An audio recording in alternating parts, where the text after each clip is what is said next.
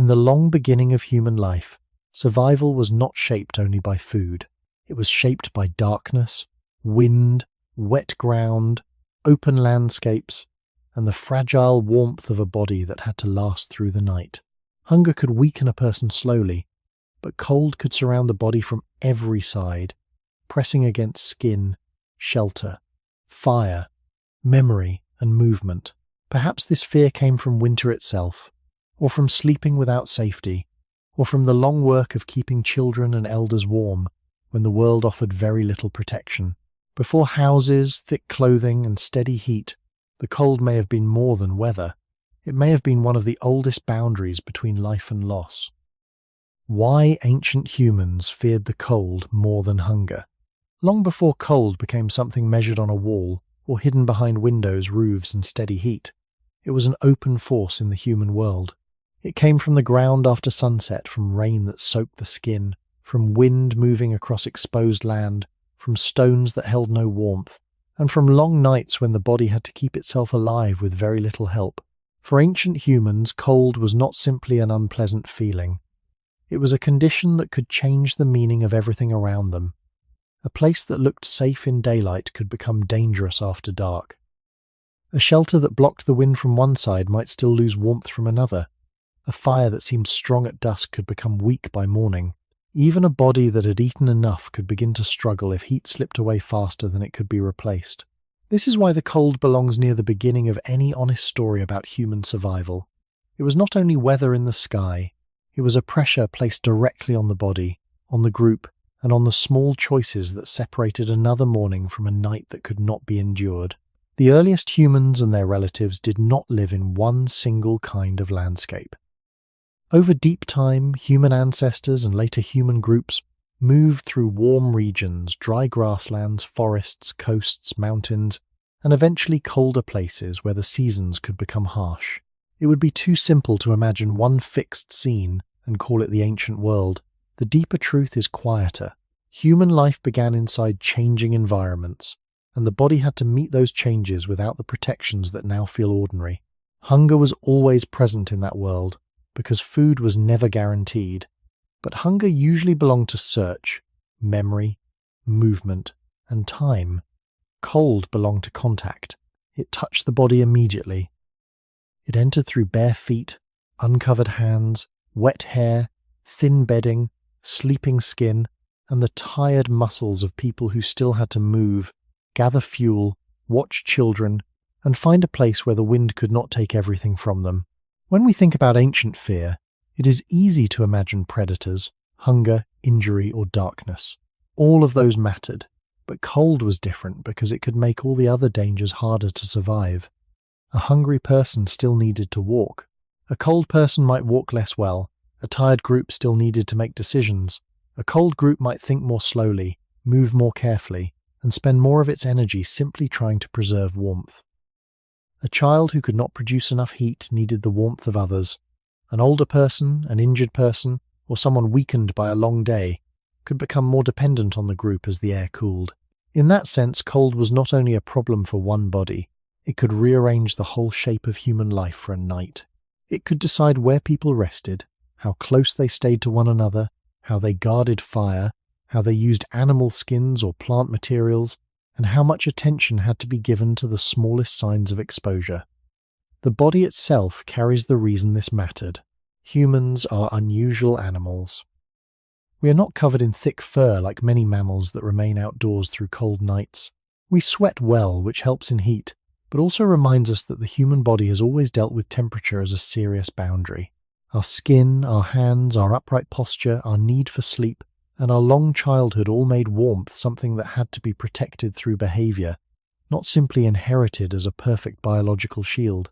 Ancient humans survived not because cold was harmless to them, but because they learned to answer it with shared attention. Fire when possible, shelter when available, closeness when needed, and repeated knowledge passed through ordinary practice. None of this means we can know exactly what every ancient person felt, or what every group feared most. The past does not give us their private thoughts.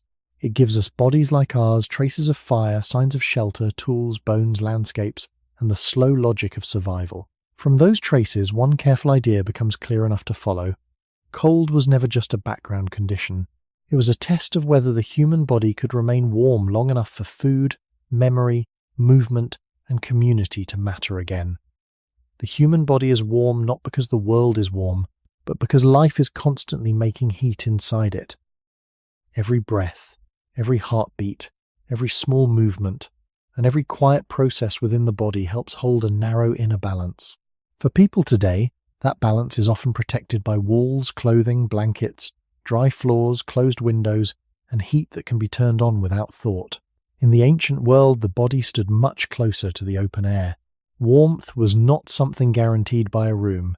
It had to be defended against wind, damp ground, darkness, rain, and the long hours when movement slowed and sleep became necessary. This made human beings vulnerable in a way that many other animals were not. A wolf, a bison, a muskox, or a cold-adapted deer carried insulation as part of its body. Its fur was not a tool it had to remember, repair, carry, or protect from rain. Human beings had a different arrangement. Our bodies could travel, sweat, use hands, make tools, share knowledge, and adapt through behavior. But our skin did not give us the same natural covering that many cold-weather animals carried with them from birth. That difference mattered deeply when the sun disappeared. A human body can produce heat, but it can also lose heat quickly when the air is cold, when the ground pulls warmth away, when clothing or coverings are wet, or when wind strips away the thin layer of warmed air near the skin. This is one reason cold could become more than discomfort. It did not need to attack the body in a dramatic way. It could simply remove warmth slowly, steadily, and silently. The hands could stiffen. The feet could lose feeling. Muscles could become less useful. The body could begin to protect its core while letting the outer parts grow colder. A person might still be awake, still aware, still trying to act, but the body would already be spending more effort just to stay within its living range. Hunger asked the body to use stored energy. Cold asked the body to burn energy just to remain warm. In a harsh night, those two pressures could meet, but they were not the same. Hunger often grows as an absence. Cold arrives as an environment pressing against the skin. For ancient humans, this weakness before cold was not only a flaw, it was tied to the wider story of what humans became. Our ancestors did not survive by becoming perfectly insulated animals. They survived by becoming animals that could change their surroundings in small but powerful ways.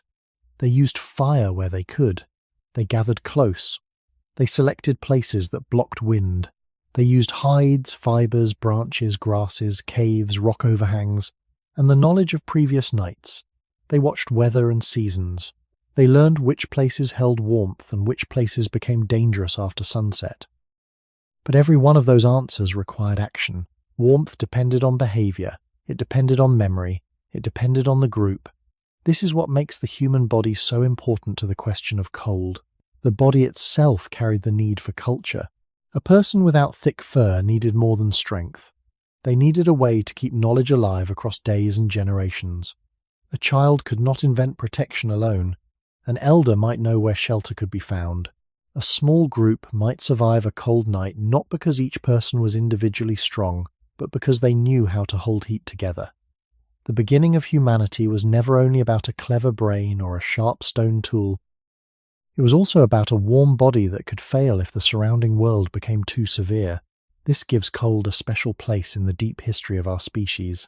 It revealed the limits of muscle. It exposed the weakness of bare skin. It made sleep more dangerous. It made distance harder. It made wetness, wind, and darkness part of the same problem.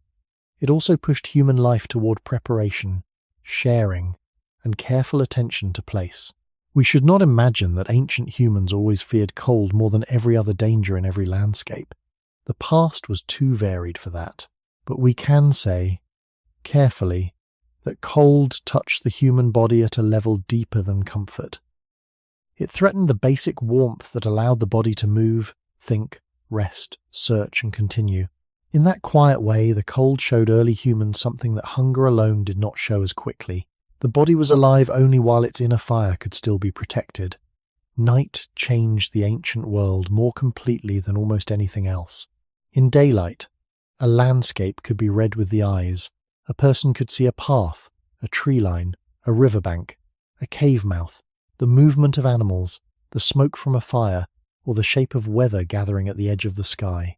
But after sunset, the same place became harder to understand. Distance closed in. The ground disappeared into shadow.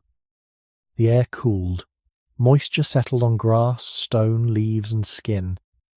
Wind that had been bearable during movement could feel sharper when bodies stopped. For ancient humans, night was not only darkness. It was the time when cold had more room to work. Hunger could follow a person through the day, but hunger did not always become worse simply because the sun was gone. Cold often did.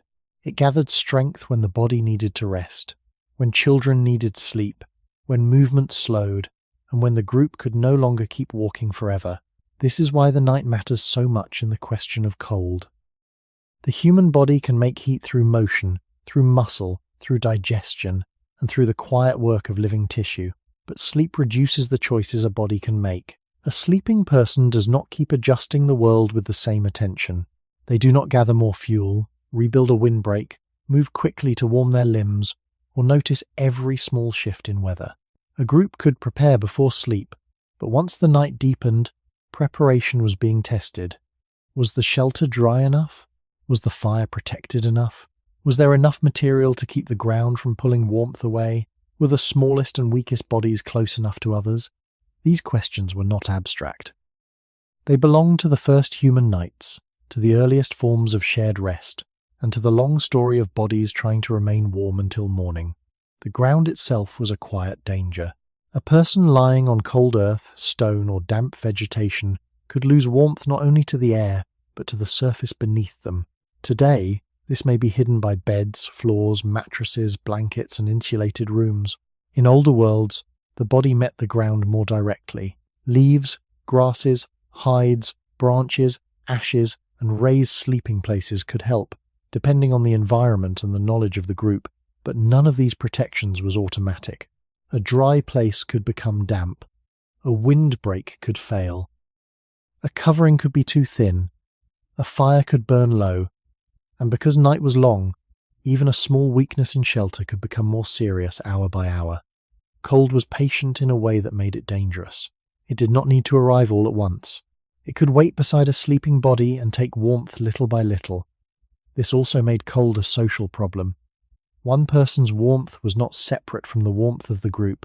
A child pressed close to an adult was not only receiving comfort, but protection. People sleeping near one another could reduce exposure and share heat. Someone awake enough to tend fire, listen to wind, or notice rain could protect more than themselves. In this way, the night turned warmth into a shared responsibility. Hunger could also be shared, through food and memory of where food might be found. But the cold of night demanded a different kind of nearness. It made bodies matter to one another in the simplest possible way. Before written history, before permanent houses in many places, before woven blankets or built hearths became common in later societies, survival often depended on small acts that left only faint traces behind. Where people chose to sleep, how they used fire, what they placed between skin and earth, how closely they gathered, what they remembered from the last cold night.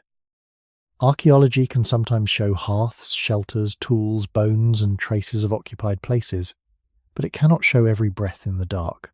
It cannot show the quiet moment when the air became colder than expected, or when a group had to decide whether to move, wait, feed the fire, or hold one another closer. Still, the basic human problem is clear enough. Night removed heat from the landscape at the same time that the body needed rest. It made vision weaker, movement harder, and shelter more important. It stretched the hours between danger and daylight. In that slow darkness, cold was no longer just a condition outside the body. It became part of sleep, part of fear, part of memory, and part of the ancient reason human beings learned to guard warmth as carefully as they searched for food. Hunger is one of the oldest pressures in the human story, but it is also one of the slowest. It can begin as a small emptiness, a quiet pull inside the body, a reminder that the last meal is already becoming memory. It can make the hands search, the eyes scan the ground, The mind returned to places where roots, berries, shellfish, insects, tubers, fish, eggs, or animal tracks may have been found before. For ancient humans, hunger was never simple, and it was never harmless. It shaped movement, attention, cooperation, risk, and the long daily work of finding enough to continue. But hunger usually unfolded across time. It allowed a body to call on what had already been stored. It allowed a group to keep looking, to change direction, to remember a watercourse, a grove, a nesting place, a shoreline, a carcass, a seasonal plant, or the path of animals. Hunger could be frightening because it pointed toward future weakness. Yet in many ordinary situations it did not close around the body in a single hour. It gave warning. It created urgency. It asked for movement. Cold behaved differently. Cold could meet a person even when food had recently been eaten. It could arrive with the evening wind, with rain on skin, with wet ground, with a sudden shift in weather, with a shelter that did not hold, or with a fire that began to fade before morning. Hunger told the body that fuel was missing. Cold told the body that warmth was leaving. These are related, but they are not the same. A hungry body may still walk, listen, plan, and search for a while. A cold body may begin losing the ability to do those things with steadiness. The fingers become less precise. The feet feel less certain. The muscles may tighten. The body may pull blood inward to protect its center, leaving the outer parts less useful. Thought may become slower when exposure grows serious. The danger is not dramatic at first. It may come as shivering, silence, clumsiness, and the shrinking of attention toward one need: stay warm. In the ancient world, that difference could matter more than any single moment of hunger. A group that had not eaten enough still had the possibility of searching again when light returned. A group that lost too much warmth during the night might have fewer choices by morning. This does not mean hunger was easy, or that ancient people could simply ignore it. No honest account of human origins should make hunger look small. Food shaped where people went, how far they travelled, how they cooperated, how they used tools, and how they learned the seasonal rhythm of a landscape. The earliest human lives were bound to the availability of plants and animals, and the search for calories was one of the deep engines of behavior. But hunger often belonged to a larger pattern of days. A body could feel hungry and still remain within its living range. A person could miss food for a time and still make decisions. The body had ways of drawing on stored energy, reducing activity, and enduring shortage. These limits were real, but they were not always immediate. Cold could turn the same shortage into something sharper. If the body had little food, it had less fuel to make heat. If the body was tired, it had less strength to move for warmth. If the group had to rest, the cold hours could consume energy while no new food was being found. In this way, cold did not replace hunger. It could make hunger more dangerous. It could take an empty stomach and add wet skin, numb hands, stiff legs, and a night that asked the body to spend what it did not have. This is why the beginning of the human story cannot be understood only as a search for food. It was also a search for conditions in which the body could use food to remain alive. A meal mattered, but so did dry ground. A successful hunt mattered, but so did a protected fire. A gathered root or shellfish mattered, but so did shelter from wind. The human body needed energy, yet energy alone was not enough if warmth escaped too quickly. In warm daylight, hunger might feel like the central problem. In cold darkness, the order of danger could change. What mattered first was not always finding more, but not losing what the body already had.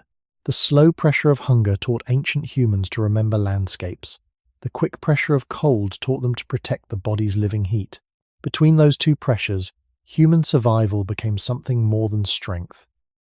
It became timing, attention, sharing, movement, shelter, fire, and the fragile ability to last until another morning. Cold first reaches the human body through its edges. It touches the skin before it reaches thought. It settles on the hands, the feet, the face, and the breath. In a warm room, these parts of the body are easy to forget. But in an older world, where air moved freely across open land and the ground could remain damp after sunset, those edges were the first places where survival began to narrow.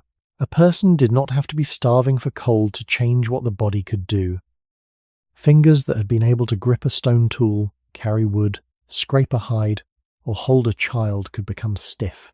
Feet that had crossed ground all day could lose feeling, making each step less certain.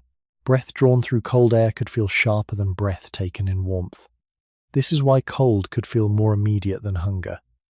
Hunger begins as an inner signal. It rises from the body's need for fuel. Cold begins at the boundary between the body and the world. It comes from outside, yet the body must answer from within. When skin cools, the body tries to protect its deeper warmth. Blood may be kept closer to the center, where vital organs continue their quiet work. This response helps life continue, but it also changes the hands and feet. They may become colder, slower, and less precise. For ancient humans, this mattered because survival depended on small actions. A hand had to hold a tool, tend a fire, gather fuel, prepare food, repair a covering, or help another person rise from the ground. If cold made the fingers clumsy, it was not merely causing discomfort. It was touching the skills that helped humans survive. Movement also changed under cold. A hungry person might still follow tracks, return to a remembered place, search near water, or keep walking toward shelter. A cold person could also move, but the movement might become smaller and less steady. Muscles could tighten. Joints could feel less easy. Wet skin and wind could make each step cost more. A short distance could seem longer when the feet were numb.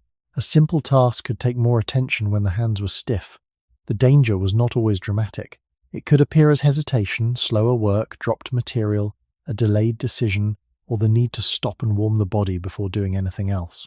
In that quiet way, cold did not only threaten life at the edge of exposure, it weakened the ordinary actions that protected life before danger became extreme. At the beginning of human history, this weakness was tied to the body's dependence on behavior.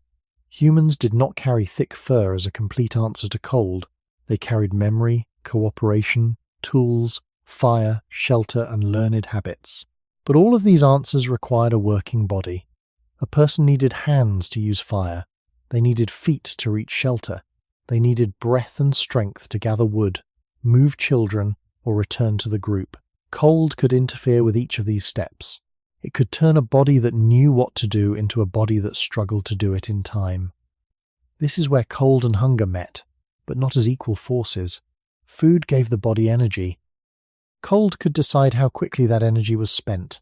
A hungry body needed fuel for movement, yet a cold body also needed fuel just to remain warm. If both pressures arrived together, the problem became sharper. The person had to search, carry, think, and endure while the body was already spending itself against the air. This made cold more than weather. It became a force that passed through skin, hands, feet, breath, and motion, reaching into survival. For ancient humans, the world was not only a place where food had to be found, it was also a place where warmth had to be held. The difference between hunger and cold was not only a difference of feeling, it was a difference of speed. Hunger could be heavy, frightening, and painful, but in many situations it moved through the body gradually. It gave signs before it became a deeper danger. A person might feel emptiness, weakness, distraction, or a growing need to search again. The body could draw on stored energy for a time. The group could remember places where food had been found before. They could move toward water, follow animal movement, look for edible plants, gather shellfish, search for roots, or wait for daylight to make the landscape readable again. Hunger pushed life into motion, but it often left a narrow space for planning. Cold could narrow that space much faster. It did not always wait for the body to become empty. It could arrive after rain, after sunset, after a river crossing, after a long wind, or during sleep. A person might have eaten and still begin to lose warmth. A group might know where food could be found, yet still struggle if the night turned wet and cold before they reached shelter. In that way, cold could interrupt survival before hunger had finished its slower work. It could make the body spend energy simply to defend its inner warmth, leaving less strength for searching, carrying, building, or caring for others. This is why cold could feel more dangerous in the immediate moment. It changed not only what the body needed, but what the body could still do. A hungry person might still use skilled hands. A cold person might feel those hands become stiff. A hungry person might still walk toward a known place. A cold person might take the same path more slowly, with less balance and less confidence. A hungry person might still think about tomorrow. A cold person might be pulled back to the next few minutes. The fire, the wind, the wet ground, the child beside them, the shelter that may or may not hold. The world became smaller under cold because the body had to protect its center first. For ancient humans, this difference mattered because survival was built from small, practical actions. There was no single answer that solved everything. Fire needed fuel. Shelter needed location and material. Coverings needed repair. Children needed warmth. Elders and injured people needed help. Tools had to be held. Food had to be carried. If cold slowed these actions, then it did more than cause suffering. It weakened the chain of behavior that kept a group alive. Hunger threatened the body by reducing available fuel. Cold threatened the body by demanding fuel while also making the search for fuel harder. The two dangers could join together, especially in harsh seasons, but cold had a special power to change the timing of danger. It could make a problem urgent before it became visible as starvation. It could turn a wet night into a test of everything a group had prepared during the day. We should be careful not to say that every ancient human everywhere feared cold more than hunger. Human life covered many climates, and different landscapes created different dangers. In hot places, water and shade could matter more. In dry seasons, food could vanish in other ways. In colder regions or cold nights, however, the speed of heat loss gave cold a quiet force. It could move faster than thought, faster than memory, and faster than the plan to find food tomorrow. At the deep beginning of human life, this may have shaped attention in a powerful way. People had to think not only about what they would eat, but where they would sleep, how dry the ground was, how the wind moved, whether fuel was close, and whether the weakest bodies could remain warm until morning. Hunger asked the future for food. Cold asked the present for protection. And when the present became too cold, the future could grow suddenly far away. To understand why cold mattered so deeply, it helps to look at the human body beside the bodies of other animals. Many mammals carry their shelter on their skin. Fur traps air close to the body, and that trapped air becomes a quiet layer of protection. It does not make an animal safe from every winter, but it gives the body a built-in answer before the animal has to think, build, or remember. A fox, a wolf, a deer, or a bear enters a cold night with more natural insulation than a human body carries on its own. Human beings took a different path. Our bodies became unusually exposed. We have hair, but not the kind of dense covering that protects many animals from cold ground, cold wind, and long hours of stillness. This does not mean humans were poorly made. It means our survival depended less on one fixed biological covering and more on behavior. In the deep story of human origins, this is one of the quiet trade-offs. The same kind of body that could sweat well, walk long distances, use hands with precision, and live through cooperation, also needed extra help when the air turned cold. Bare skin made temperature a serious problem. It allowed heat to leave the body more easily when there was wind, dampness, or stillness after sunset. A body without thick fur had to answer the world in other ways. It had to seek shelter, gather close, use fire when possible, carry coverings, learn the habits of weather, and remember which places became dangerous after dark. Cold, therefore, pushed human life beyond the body alone. It made survival depend on knowledge that could be shared.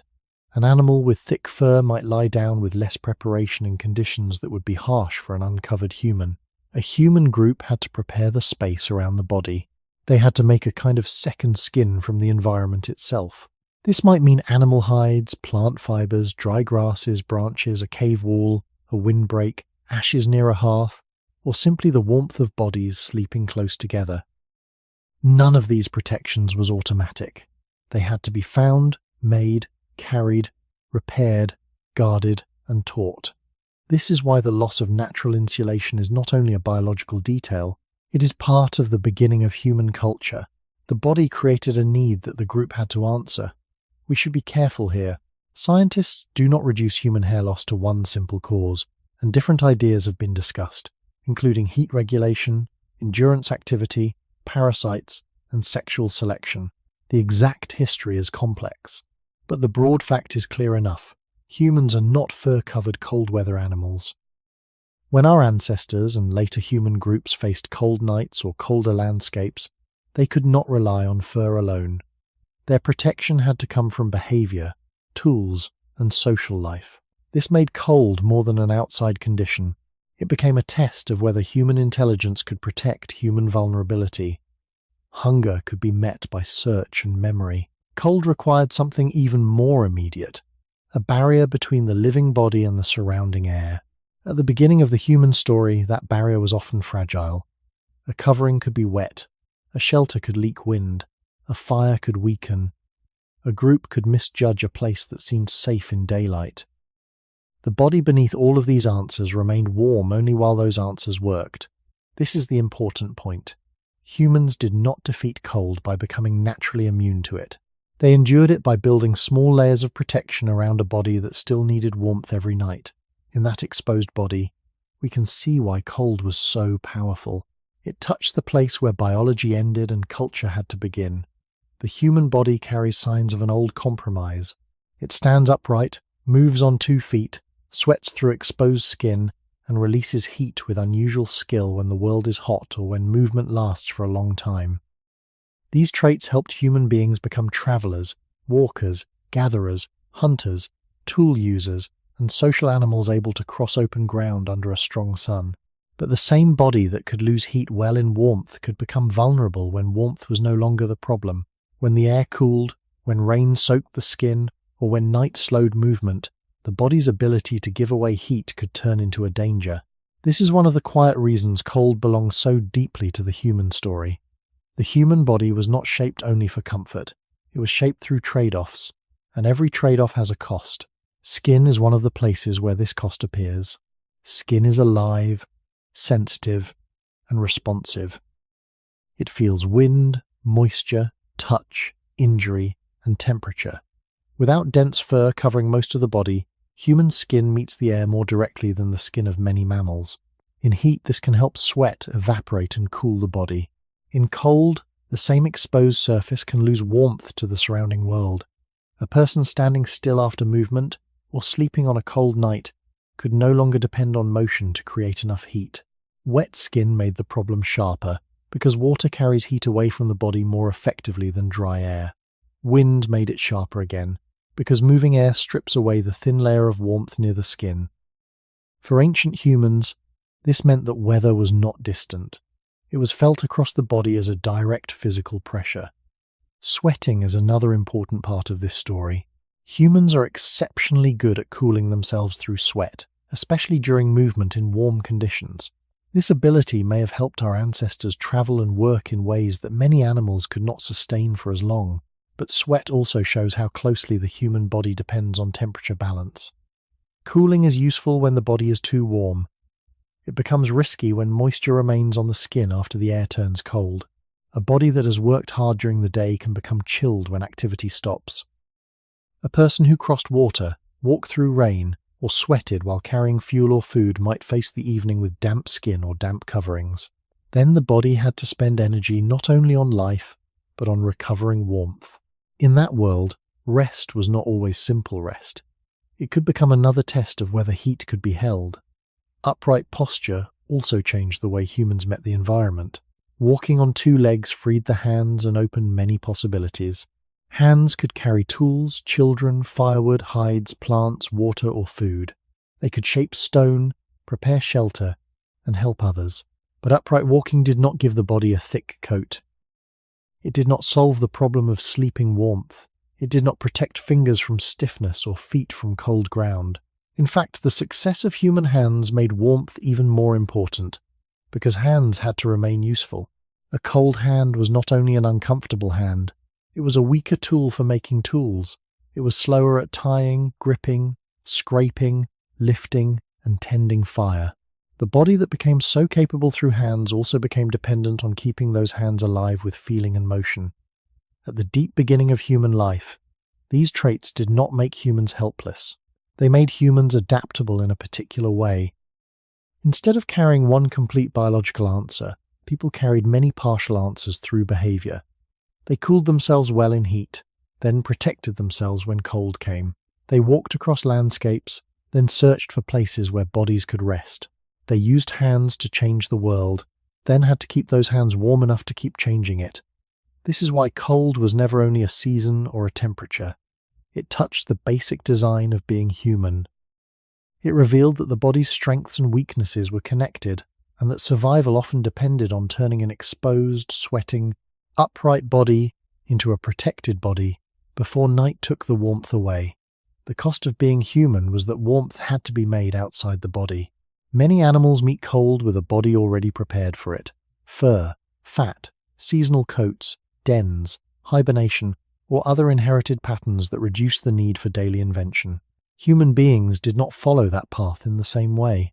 Our ancestors carried intelligence, hands, memory, social learning, and the ability to change a small part of the world around them. These were powerful gifts, but they were not automatic shelter. They had to be used again and again. A fire had to be found, kept, or remade. A covering had to be prepared. A place to sleep had to be chosen. A dry surface had to be protected from dampness. The body itself did not remove these tasks. It made them necessary. This is why cold stands so close to the beginning of human culture. It pushed survival into the space between biology and behavior. A human body could not simply lie down anywhere and trust that its own covering would be enough. It had to bring the world closer, shape it, soften it, warm it, and make it less hostile for a few hours. Fire was one answer, but fire was never just a simple possession. It needed fuel, attention, dry material, and a place where wind and rain would not easily destroy it. Shelter was another answer, but shelter was not always a built house. It could be a cave, a rock overhang, a windbreak, a hollow, a cluster of branches, a skin stretched against air, or a place where the land itself gave protection. Clothing and coverings were another answer, but they required material, skill, repair, and memory. Even the warmth of other bodies was an answer, especially for children, the weak, the tired, and those who could not protect themselves alone. None of these answers made humans free from cold. They made cold survivable under the right conditions. That difference matters. Ancient humans did not defeat nature once and then live safely beyond it. They had to repeat protection each day, each journey, each season, each night. The need for warmth may have helped make human life more planned. A group could not think only about food in the moment. It also had to think about where the night would be spent, how far fuel was from camp, whether rain might come, whether the ground was dry, whether coverings were enough, and whether the youngest bodies could stay warm until morning. In this way, cold pulled the mind forward. It made tomorrow matter before tomorrow arrived. It turned survival into preparation. It made memory valuable, not as an abstract idea, but as something carried in the body. This place holds wind. That slope stays drier. This material burns better. That shelter failed once before. The price of human adaptation was that warmth became cultural. It was not held only in skin or hair. It was held in habits, tools, shared labour, and repeated knowledge. This is also why the cold could be more frightening than hunger in certain moments. Hunger asked the group to find food. Cold asked the group to keep the body able to look for food at all. If hands were too stiff to work, if sleep was broken by exposure, if a child lost warmth, if the fire failed in wet weather, then the search for food became harder before it even began. The human body needed heat as the condition for every other task. Without enough warmth, strength, memory, patience, and skill, all became harder to use. We cannot know every choice ancient people made in the dark, and we should not pretend to know their private fears. But we can see the outline of the problem. A body with little natural insulation had to build a warmer world around itself. That world was fragile, made from fire, shelter, coverings, closeness, and care. The cost of losing a thick natural shield was not only exposure, it was dependence on one another, and perhaps that dependence became one of the quiet foundations of what made humans human. Fire changed the meaning of cold because it gave the human body a small source of warmth outside itself. Before steady houses, sealed rooms, thick bedding, and reliable heating, fire could turn a dangerous night into a night that could be endured. It pushed back darkness, dried wet material, warmed hands, softened food, and created a center around which bodies could gather. For ancient humans, fire was not only light, it was a living boundary between the body and the cold world around it. A place with fire was not the same place without fire. The same ground, the same wind, and the same night could feel different when heat rose from burning wood or other fuel. This did not make the world safe, but it made safety possible in a way the naked body could not create alone. The importance of fire becomes clearer when we remember how exposed the human body was. Without dense fur, without a natural coat strong enough for every cold night, people had to borrow warmth from the world. Fire allowed them to do that. It made warmth visible. It gave the group something to protect, feed, and gather around. Hands that had grown stiff could be brought near heat. Damp coverings could be dried if conditions allowed. Children could be placed closer to warmth. Older or weaker bodies could remain within a warmer circle. Even the act of sitting near fire may have shaped how people rested together, how they watched the night, and how they made choices when movement was no longer easy. Fire also changed the rhythm of time. In darkness, the human eye loses much of its power. A fire could give shape back to nearby space. It could make faces, tools, fuel, and shelter visible again. It could mark the center of a camp or resting place. It may also have helped keep some animals at a distance, though this should not be imagined as perfect protection. Fire was not a wall, it was a changing force that depended on attention. Still, even an imperfect flame could make the night less absolute. It gave humans a way to remain active after sunset, to repair, cook, speak, watch, and stay close while the cold gathered outside the ring of light. In the deep past, fire was also connected to food. Cooking can make many foods easier to chew and digest, and this became an important part of human life over time. But in a cold night, the meaning of fire was even simpler. It helped the body hold on to heat. A meal could give fuel inside the body, but fire gave warmth from outside. Together, they made survival more possible. This is why fire sits at the center of the question of cold and hunger. Hunger mattered because the body needed energy. Cold mattered because the body could lose warmth, even when energy had been found. Fire helped connect those two needs. It turned food, shelter, and rest into something more secure. Archaeological traces of ancient fire are not always easy to interpret. Ash, burned bone, heated stone, hearth-like features, and repeated occupation sites can suggest human use of fire, but the timing and control of fire in early human history are complex subjects. What can be said carefully is that controlled fire became one of the major human tools for living with cold, darkness, and raw environments. It was not just a discovery, it was a responsibility. A fire had to be maintained, fuel had to be gathered, sparks and embers had to be protected from rain and wind. The group had to stay aware of the flame because warmth could disappear if no one cared for it. This makes fire different from a stone tool left on the ground. A stone tool waits.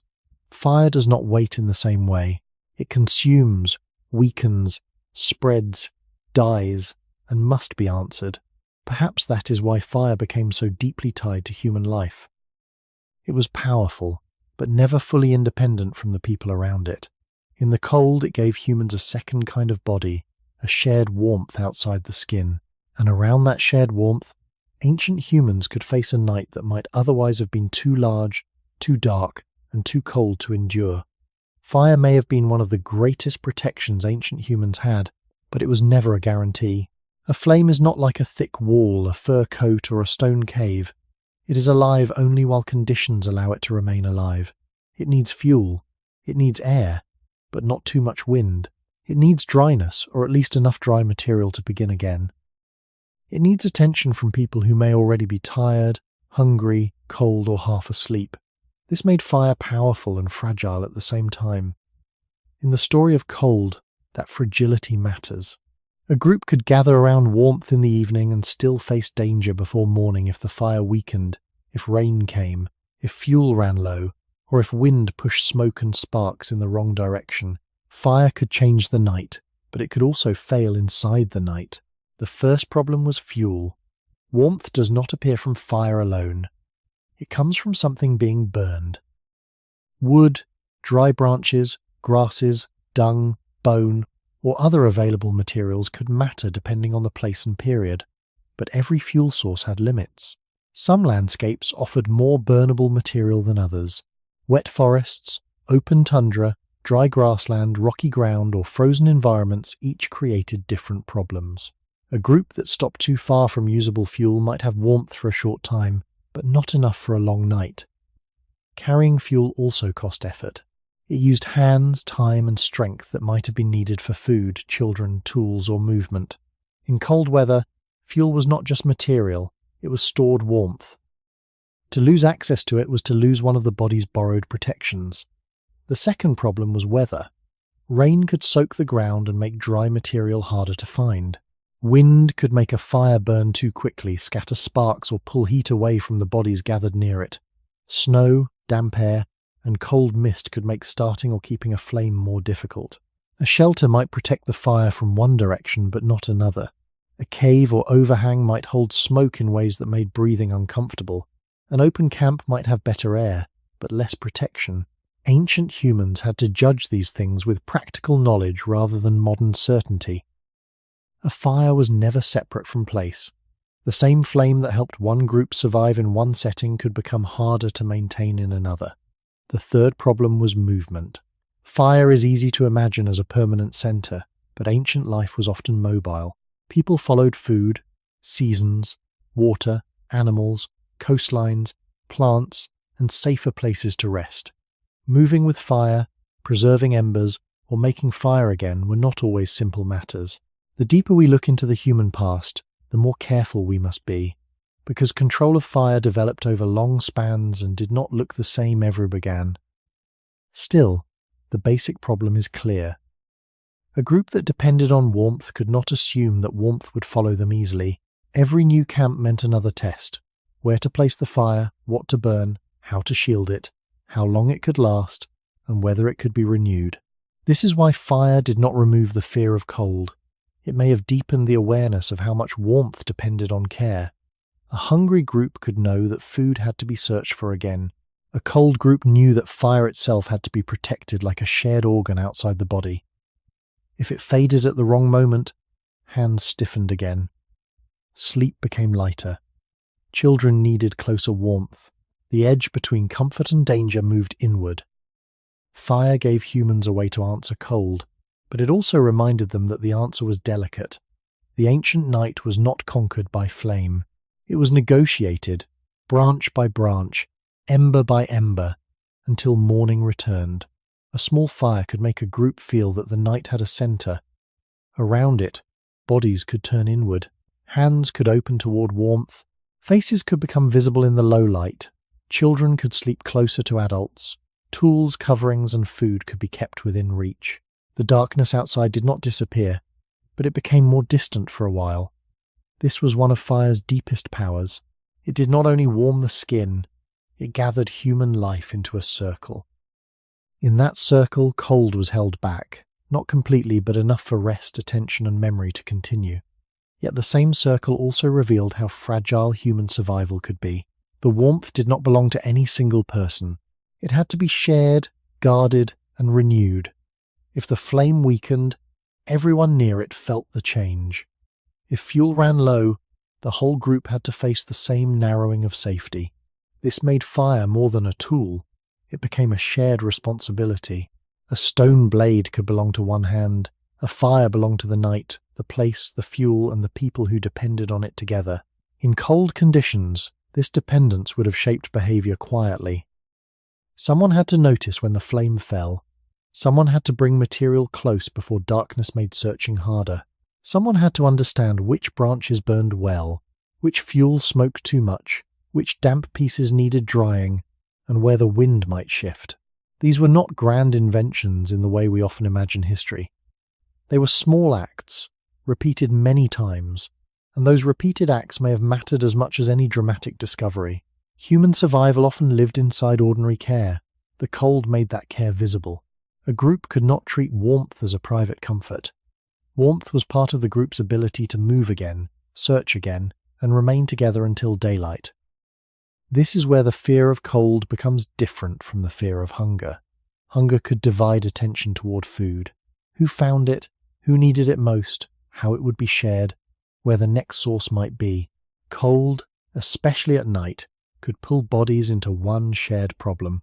The child, the injured adult, the tired hunter, the gatherer with wet feet, the elder with slower movement, and the person watching the fire were all tied to the same source of heat. If the flame held, their chances improved together. If it failed, weakness could spread through the group before anyone found food. A single fire could not solve every danger, but it could delay the moment when the body began losing its strength to the air. That delay mattered. It gave time. It gave rest. It gave hands a chance to stay useful. It gave sleep a chance to become possible. The archaeological record can sometimes show where fires burned, where people returned to places, where heated stones or burned bones remained, but it cannot show the full human meaning of a fire in a cold night. It cannot show the silence when people listened to wind outside a shelter. It cannot show the careful movement of someone placing another piece of fuel into the flame. It cannot show the feeling of waking before dawn and finding that warmth was still there. Still, the traces remind us that fire was not only about invention, it was about continuity. It helped carry a group from one dangerous hour to the next. In the deep past, before warmth could be locked inside permanent rooms, a small flame could become the difference between a night that consumed the body and a night that allowed life to continue. That is why the cold made fire feel so precious. Not because fire made humans safe forever, but because it gave fragile bodies a shared warmth outside the skin and asked them to protect it together. Shelter began as a simple answer to a very old problem. The body could not live fully exposed to everything the sky and ground could do. A human being could move through open land during the day, search for food, follow tracks, carry children, gather fuel, and read the changing shape of a landscape. But when evening came, the body needed a place where wind was weaker, rain was less direct, and warmth could be held a little longer. This did not always mean a built structure. In the deep past, shelter could be a cave mouth, a rock overhang, a hollow protected from wind, a cluster of trees, a screen of branches, a wall of stone, a covering of hides, or a place where the land itself made the air less harsh. What mattered first was not beauty or permanence. What mattered was whether a tired body could remain warm enough to pass through the night. This is why shelter belongs so closely to the question of cold. Hunger pushed ancient humans to move outward into the world. Cold often pushed them to search for a place where the world touched them less. A good resting place was not only a point on the ground. It was a small change in the relationship between body and environment. A cave wall could block wind, a roof of branches might slow rain. Dry leaves or grasses could separate skin from cold earth. Stones could shape a protected space around a fire. Animal hides could become a barrier between the body and moving air. None of these answers was perfect, and none should be imagined as the same everywhere. Human groups lived in many climates, with different materials and different traditions. But the basic need was widely shared. The body needed distance from cold surfaces, wet ground, and moving air. Even a small improvement could matter when the night was long. A shelter did not have to be warm in the modern sense to be valuable. It only had to reduce loss. It had to slow the stealing of heat from the skin, the breath, the hands, the sleeping child, and the person too tired to keep moving. In that way, shelter was not separate from the body. It acted like an outer layer of the body built from landscape, memory, and labor. The earliest forms of shelter also carried limits. A cave could be dry, but not always available. A rock overhang could block rain, but not wind from every direction.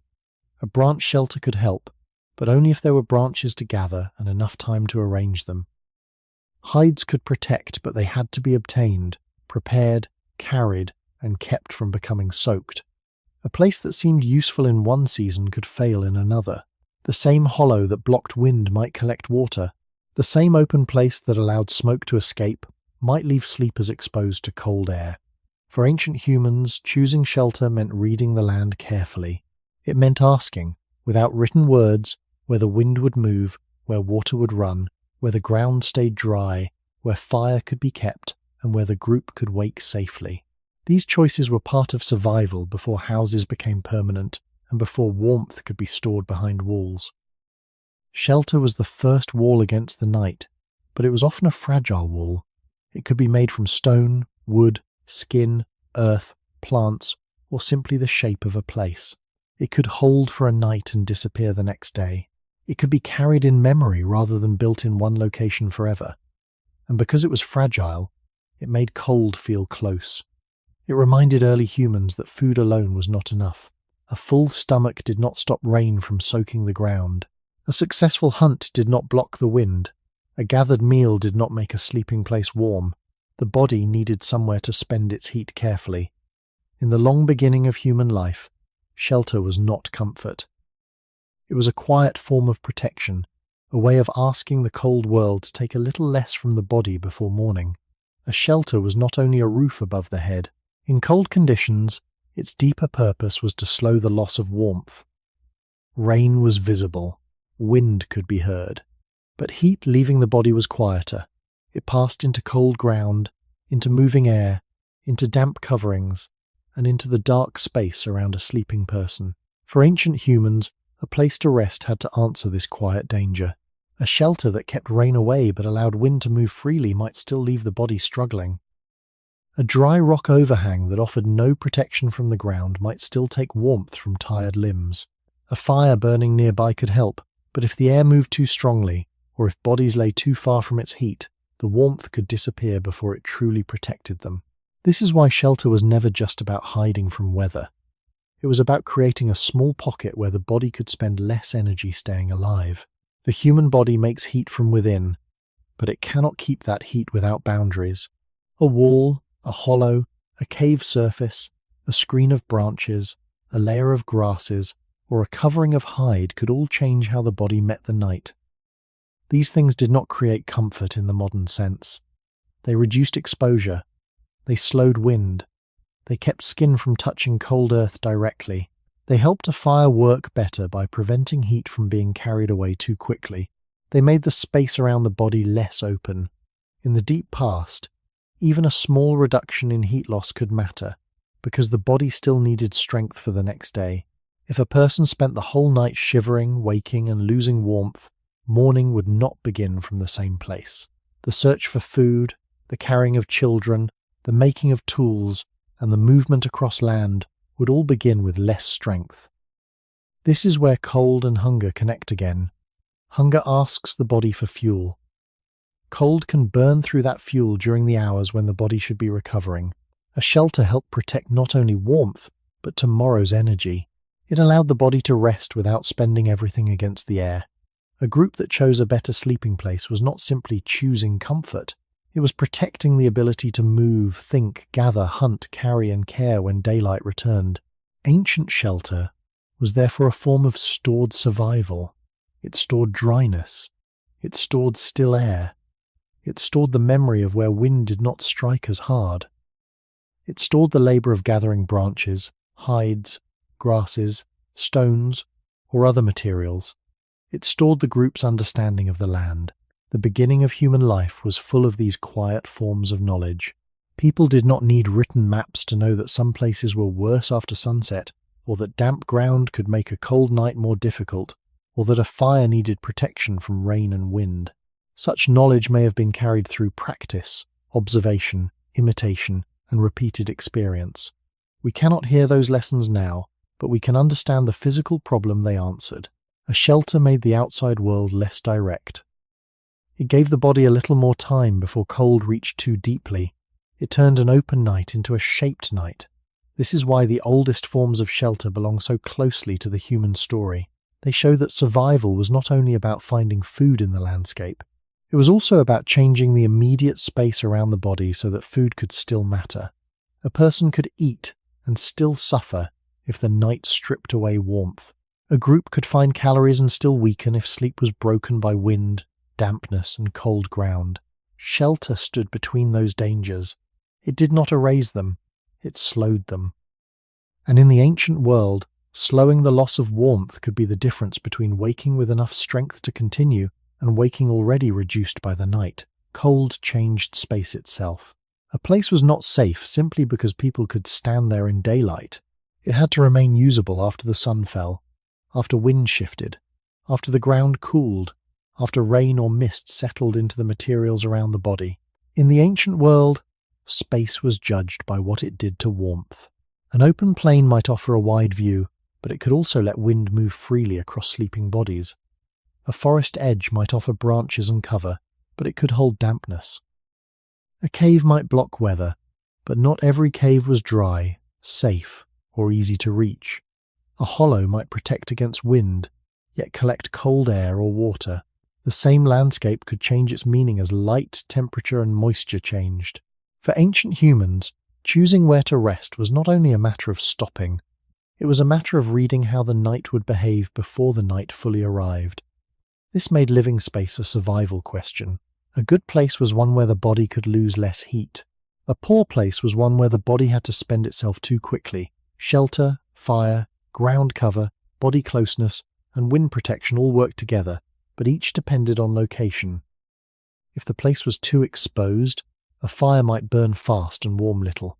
If the ground was too damp, a covering might not be enough. If fuel was too far away, warmth might fade before morning. If the group settled too late, there might be little time to prepare the surface, gather material, or protect the flame.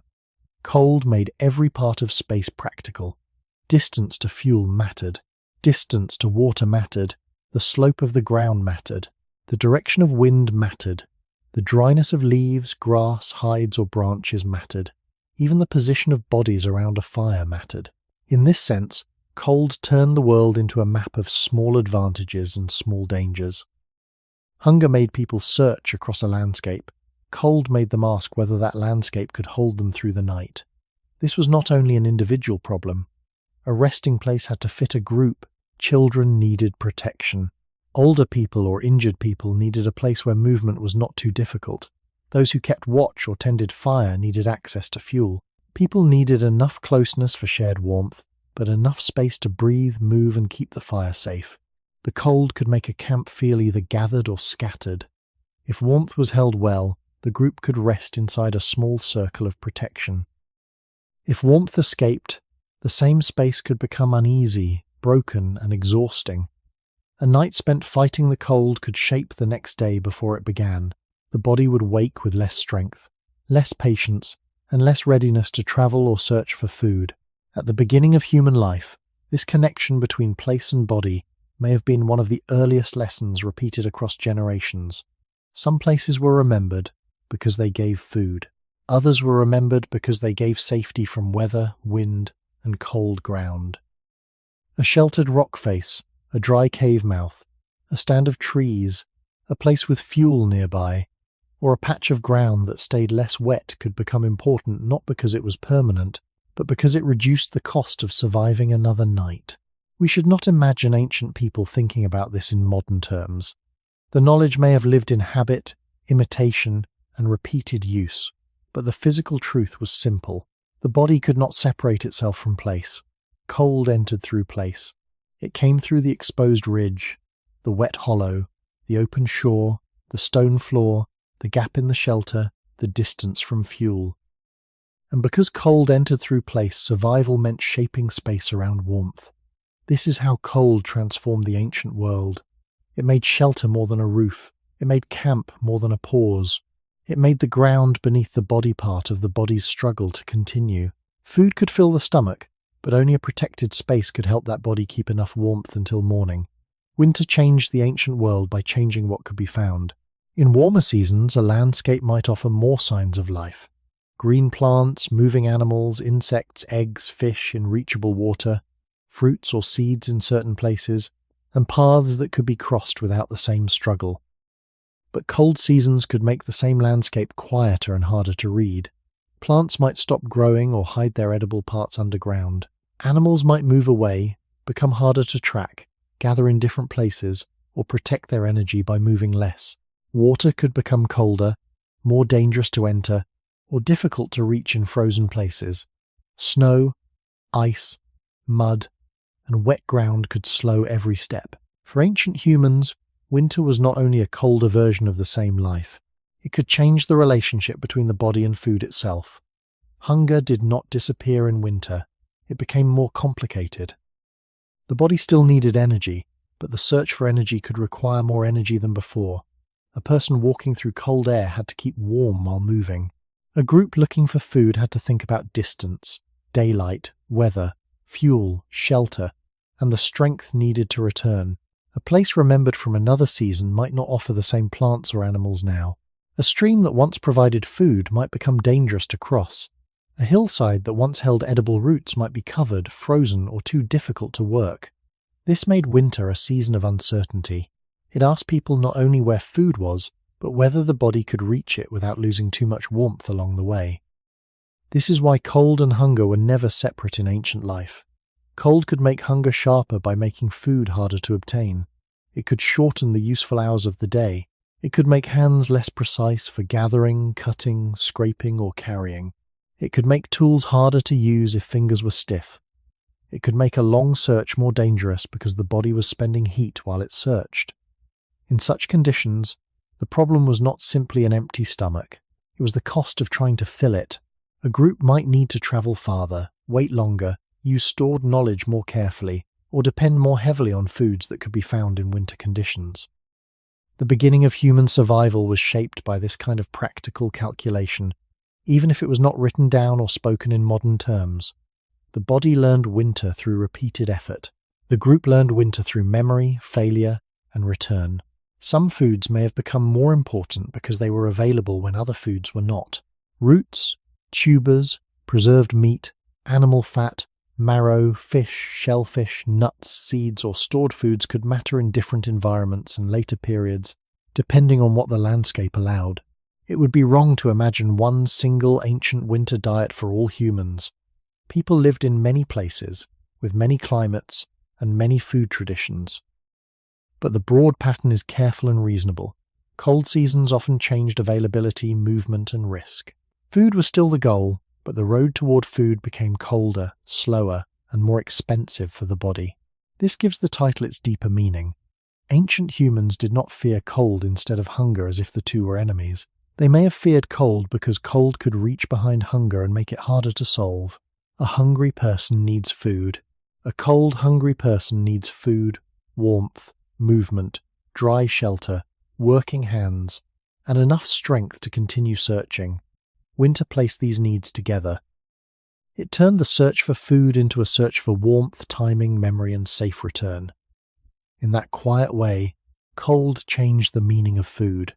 Food was no longer only something to be found and eaten. It became part of a larger struggle to keep the body warm enough to find the next meal at all. When cold entered a landscape, the search for food became slower before hunger even became severe. A group might still know that food existed somewhere beyond the shelter, beyond the trees, beyond the river bend, or across a stretch of open ground.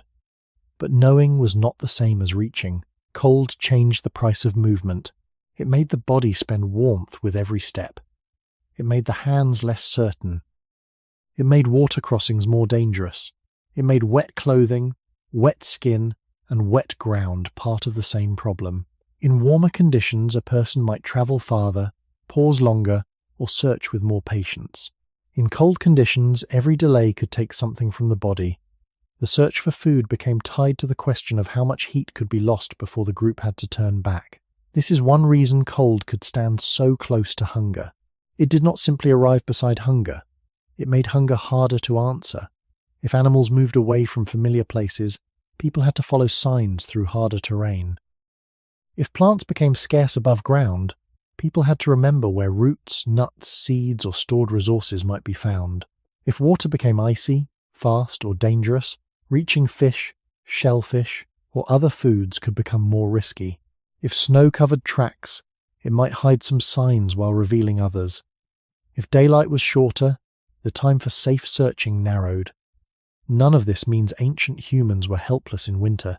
Many human groups became deeply skilled at reading seasonal change, but skill did not remove the cost. A skilled person still had to move through cold air with a warm body that could lose heat. A knowledgeable group still had to decide whether the search was worth the risk. Food might be out there, but the body had to remain strong enough to bring it back. Cold also changed the meaning of distance. A place that seemed close in good weather could feel far when wind crossed the land, when the ground was frozen, or when the return journey had to happen before dark. Carrying food back could be harder than finding it. A successful hunt, a gathered load of roots, a bundle of shellfish, or a piece of fuel all added weight to a body already spending energy against the cold. Children, elders, and injured people changed the calculation further. The group did not move as one perfect body. It moved with different strengths, different needs, and different levels of exposure. A decision to search farther for food could not be separated from the question of who could endure the journey and who had to remain near warmth. This is where cold became a pressure on the whole community. Hunger could be shared through food, but cold could limit the very act of reaching food together. In the deep beginning of human life, survival depended on linking many needs at once. The body needed calories, but it also needed dry shelter, working hands, enough daylight, enough warmth, and a path back to safety. A person could not eat a memory of food. But memory still mattered, because winter made random searching dangerous.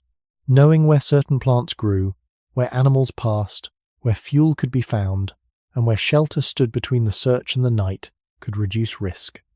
Cold rewarded preparation. It made yesterday's knowledge important for today's hunger. It made the landscape into a set of remembered chances and remembered dangers. That is why cold could make food feel farther away even when it had not disappeared. It placed a colder space between need and answer. Hunger asked the body to go out and find fuel. Cold asked whether the body could survive the going out. And for ancient humans, that question could shape every step before a single meal was found. Cold and hunger were not two separate enemies standing apart from each other. In ancient life, they often moved together. Hunger weakened the body by asking for fuel that was not yet found. Cold weakened the body by spending the fuel that remained. When both pressures arrived at the same time, the problem became deeper than an empty stomach or a cold wind.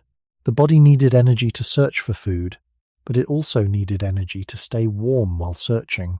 It needed hands to gather, cut, carry, scrape, dig, or hold tools, but cold could make those hands slower.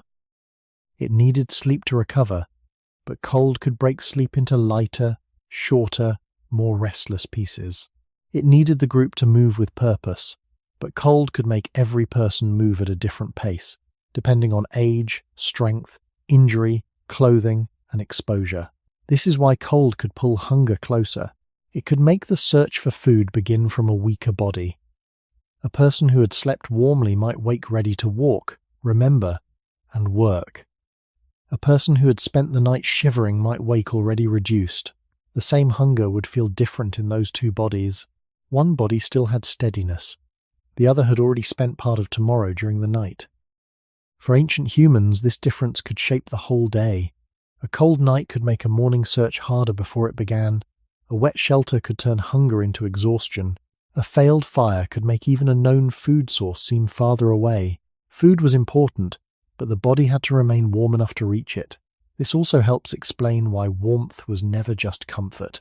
Warmth protected the ability to solve hunger, a dry resting place, a shield from wind, a working fire, a covering that kept heat near the skin, or the closeness of other bodies could all preserve energy for the next search. These things did not feed the stomach directly, yet they made feeding possible. They kept the hands useful, they made walking less costly, they allowed children to survive the hours when adults could not search. They allowed older people, injured people, and tired people to remain part of the group's living memory.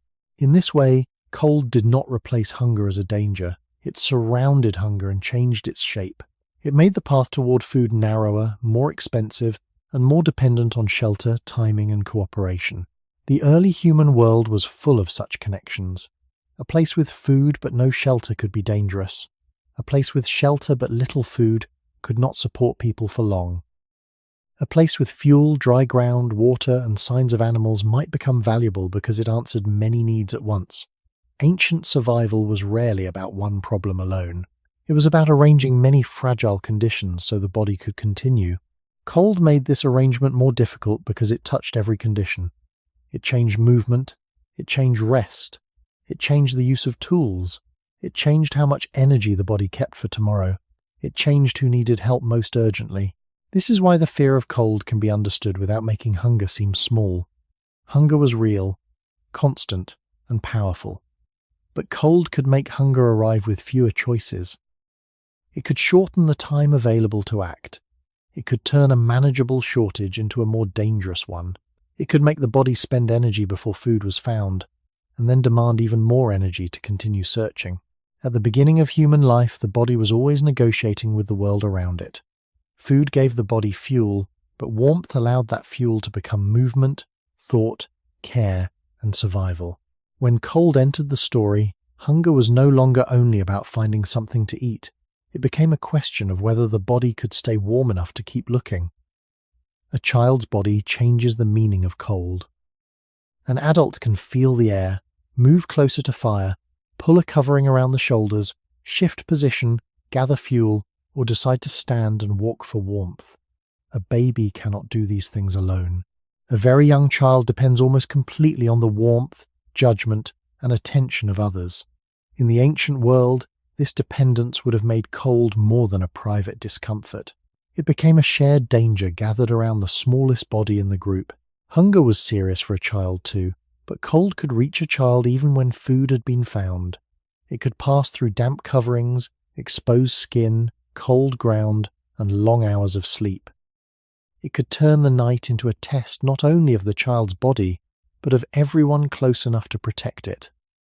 Human childhood is long and vulnerable compared with many other animals. A newborn or small child cannot follow the group easily, cannot make fire, cannot build shelter, cannot choose a dry sleeping place, and cannot explain what is wrong in the way an adult can. Warmth has to be given before the child can ask for it clearly. This may be one reason cold carried such weight in human survival. It threatened those who had the least ability to answer it. A child losing warmth was not simply one weak body in a cold place. It was a signal that the group's protection had become too thin. The shelter was not enough, or the fire was too far away, or the covering was damp, or the night was longer and colder than expected. In this way, cold made the needs of children visible to everyone. It turned care into a practical condition of survival. The body of a small child loses heat differently from the body of a large adult. Smaller bodies have less mass to hold warmth, and they depend more on the surrounding adults, coverings, and shelter. We do not need to imagine exact scenes or invent private emotions to understand the basic problem. The physical reality is enough. A small body in a cold environment needs protection more quickly. It needs dry material. It needs closeness. It needs the warmth of another body. It needs a place where wind does not move directly across the skin. It needs adults who still have enough strength and awareness to notice the danger before it becomes severe. At the beginning of human life, this made warmth a form of parenting, and parenting a form of survival knowledge. Cold also shaped where a group could safely stop. A place that might be acceptable for strong adults could be dangerous for children. A windy ridge, a damp hollow, a stone floor, or a shelter that leaked cold air might be endured by those with more strength, but not by the youngest. The group had to think beyond the average body. It had to protect the body most likely to lose warmth first. This may have influenced how people arranged sleep, how close they stayed together, how carefully they guarded fire, and how much value they placed on dry coverings and protected ground. A child made the cold more urgent because the child reduced the margin for error. If the smallest body could stay warm, the group's shelter was more likely to be strong enough for others too. This is why cold was tied so closely to community. Hunger could be answered by finding food, sharing food, or remembering where food might be found. Cold required bodies to gather around vulnerability. It asked the strong to protect the weak, and it made that protection immediate. A child in the cold could not wait for tomorrow's search. The answer had to exist during the night, in the shelter, in the fire, in the covering, and in the arms of another person. Long before human history was written, warmth was already a language of care. It passed from body to body, quietly through closeness, protection, and the simple need to keep the youngest alive until morning. Cold did not touch every body in the same way. In a group moving through an ancient landscape, there would have been stronger bodies, smaller bodies, tired bodies, injured bodies, pregnant bodies, nursing bodies, and older bodies carrying the memory of places already known. Each body met the cold with a different margin of safety. A young, healthy adult might still walk, gather fuel, lift material, or tend fire after the air cooled. Someone older, wounded, ill, or exhausted might lose strength sooner. Their hands might stiffen faster, their steps might shorten. Their need for rest might come before the group had finished preparing for the night. This made colder pressure on the whole group, not only on the person who felt it first. In deep human history, survival was rarely the story of one isolated body. It was the story of many bodies trying to remain alive together. An injured person could not always gather enough fuel. An older person might move more slowly across rough ground. A person recovering from sickness or a hard day might need warmth before they could help with other tasks. None of this means such people had no value. In many human groups, knowledge, experience, memory, and care could matter as much as strength. An older person might know a sheltered place, a seasonal path, a useful plant, a dangerous crossing, or a way to read weather before it changed.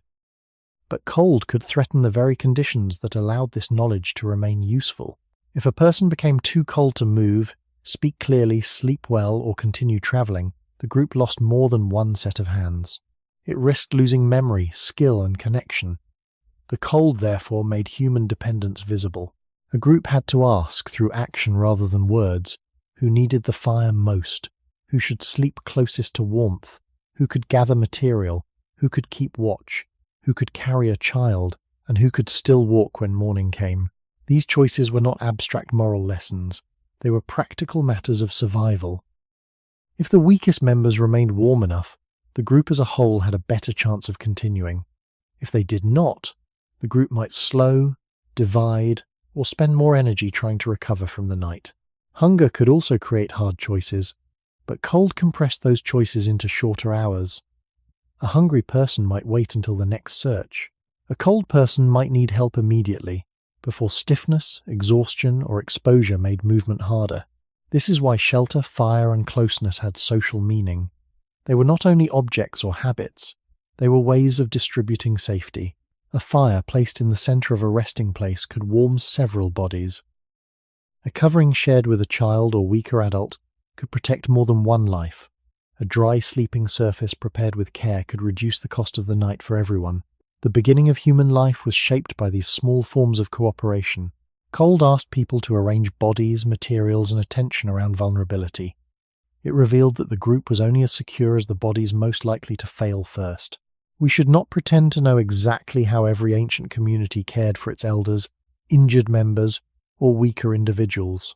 The evidence from the deep past is incomplete, and human behavior has always varied, but the physical logic remains clear.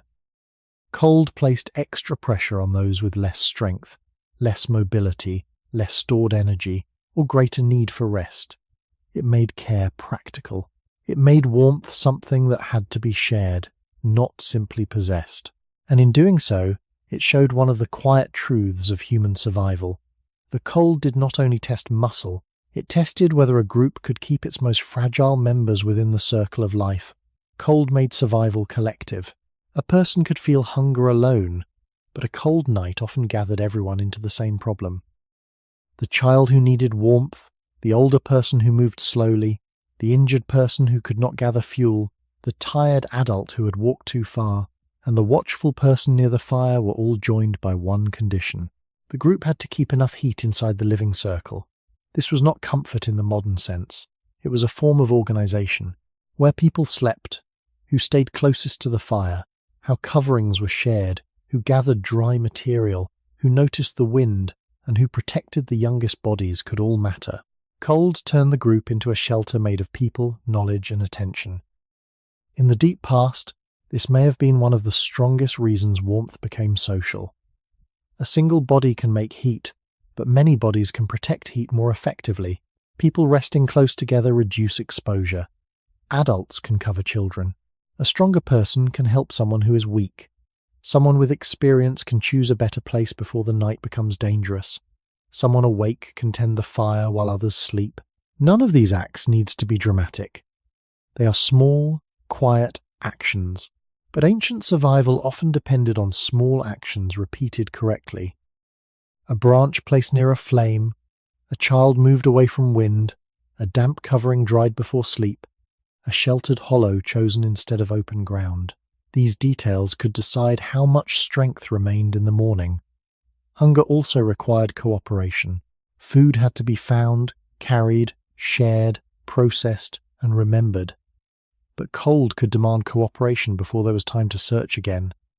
It pressed on the present. It asked whether the group could protect its warmth now, during the hours when movement was limited and daylight was gone. A hungry group might plan a search at dawn. A cold group had to solve the night first. If warmth failed, dawn might arrive to bodies already weakened, stiff, exhausted, or less able to move. In that sense, cold stood at the doorway of every other task. It could decide whether the group was strong enough to answer hunger when morning came. This made cold a test of community, not only endurance. A person who could survive a cold night alone in one situation might still need others in another. Weather changed. Materials changed. Health changed. Age changed. The needs of the group changed. The same person who gave warmth one night might need warmth on another. This exchange is part of the human story. We are not animals that survived only through individual strength. We survive through shared timing, shared shelter, shared memory, and shared care. The cold made this truth visible because it attacked the margin between one body and another. It showed that a child's warmth might depend on an adult, an elder's survival might depend on a younger person's strength, and the group's future might depend on protecting those who could not protect themselves for a night. We should not turn this into a perfect image of ancient kindness.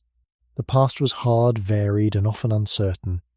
Groups may have made difficult choices that we cannot fully know, but the physical pressure of cold makes one careful point reasonable. Survival was easier when warmth could be shared. A fire was stronger when guarded by more than one memory. A shelter was better when built by more than one pair of hands. A night was less dangerous when the weakest bodies were not left alone against the air. In this way, cold did something hunger did not always do as quickly. It revealed the shape of dependence. It showed that the human body was never only an individual body. It was part of a small circle of warmth, and the circle had to hold until morning.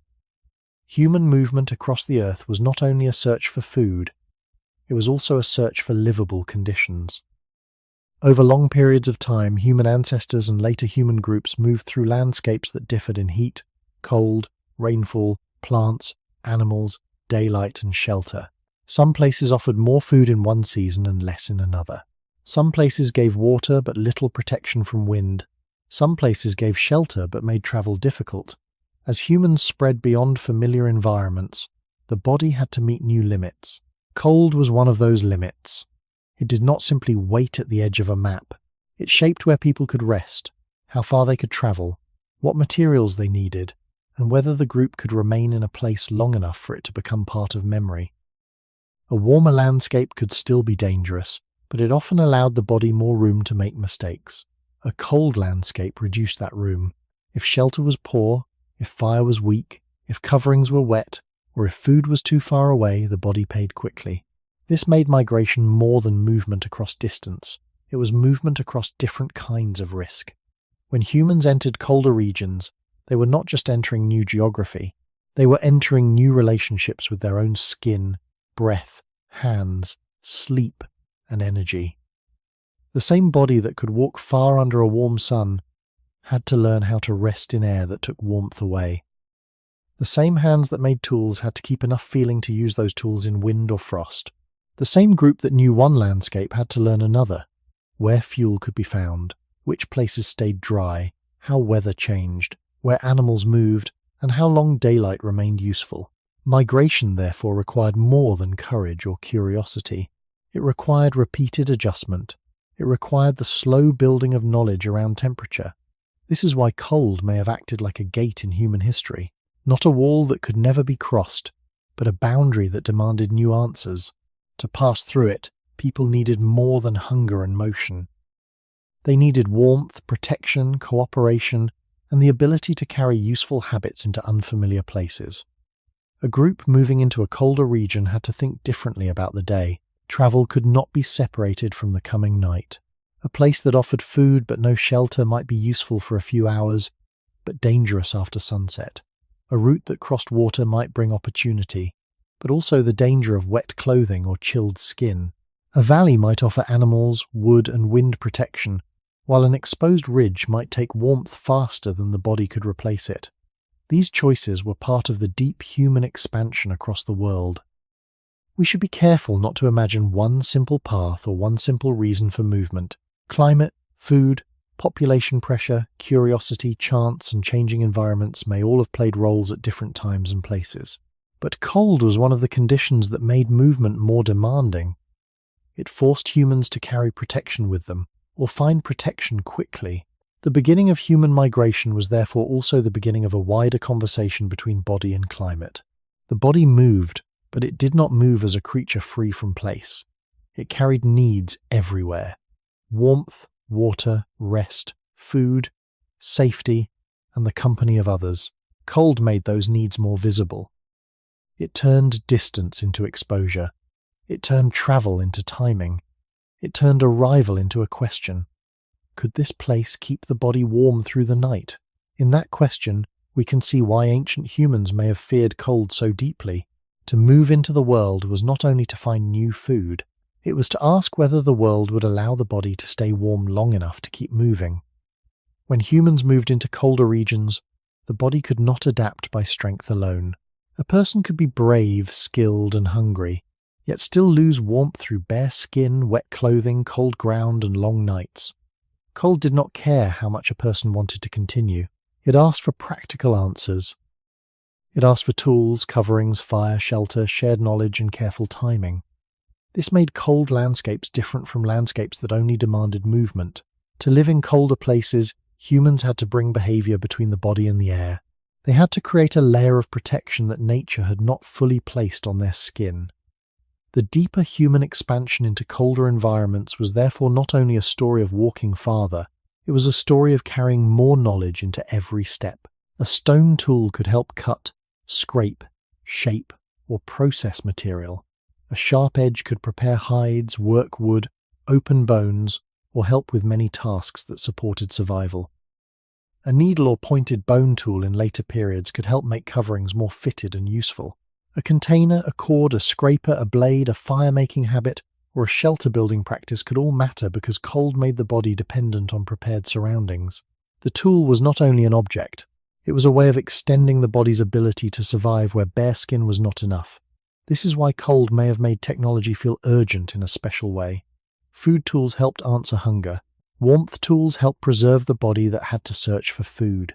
Cooperation became just as important. One person could gather material, but a group could gather more. One person could watch a fire, but a group could share attention through the night. One person could know a sheltered place, but a group could keep that memory alive across generations. A colder environment made isolation more costly. If someone became wet, injured, exhausted, or too cold to move well, others could make the difference between recovery and deeper danger. This does not mean every ancient group always cooperated perfectly. Human life was varied, and the past should not be turned into a simple story of harmony. But the physical problem is clear.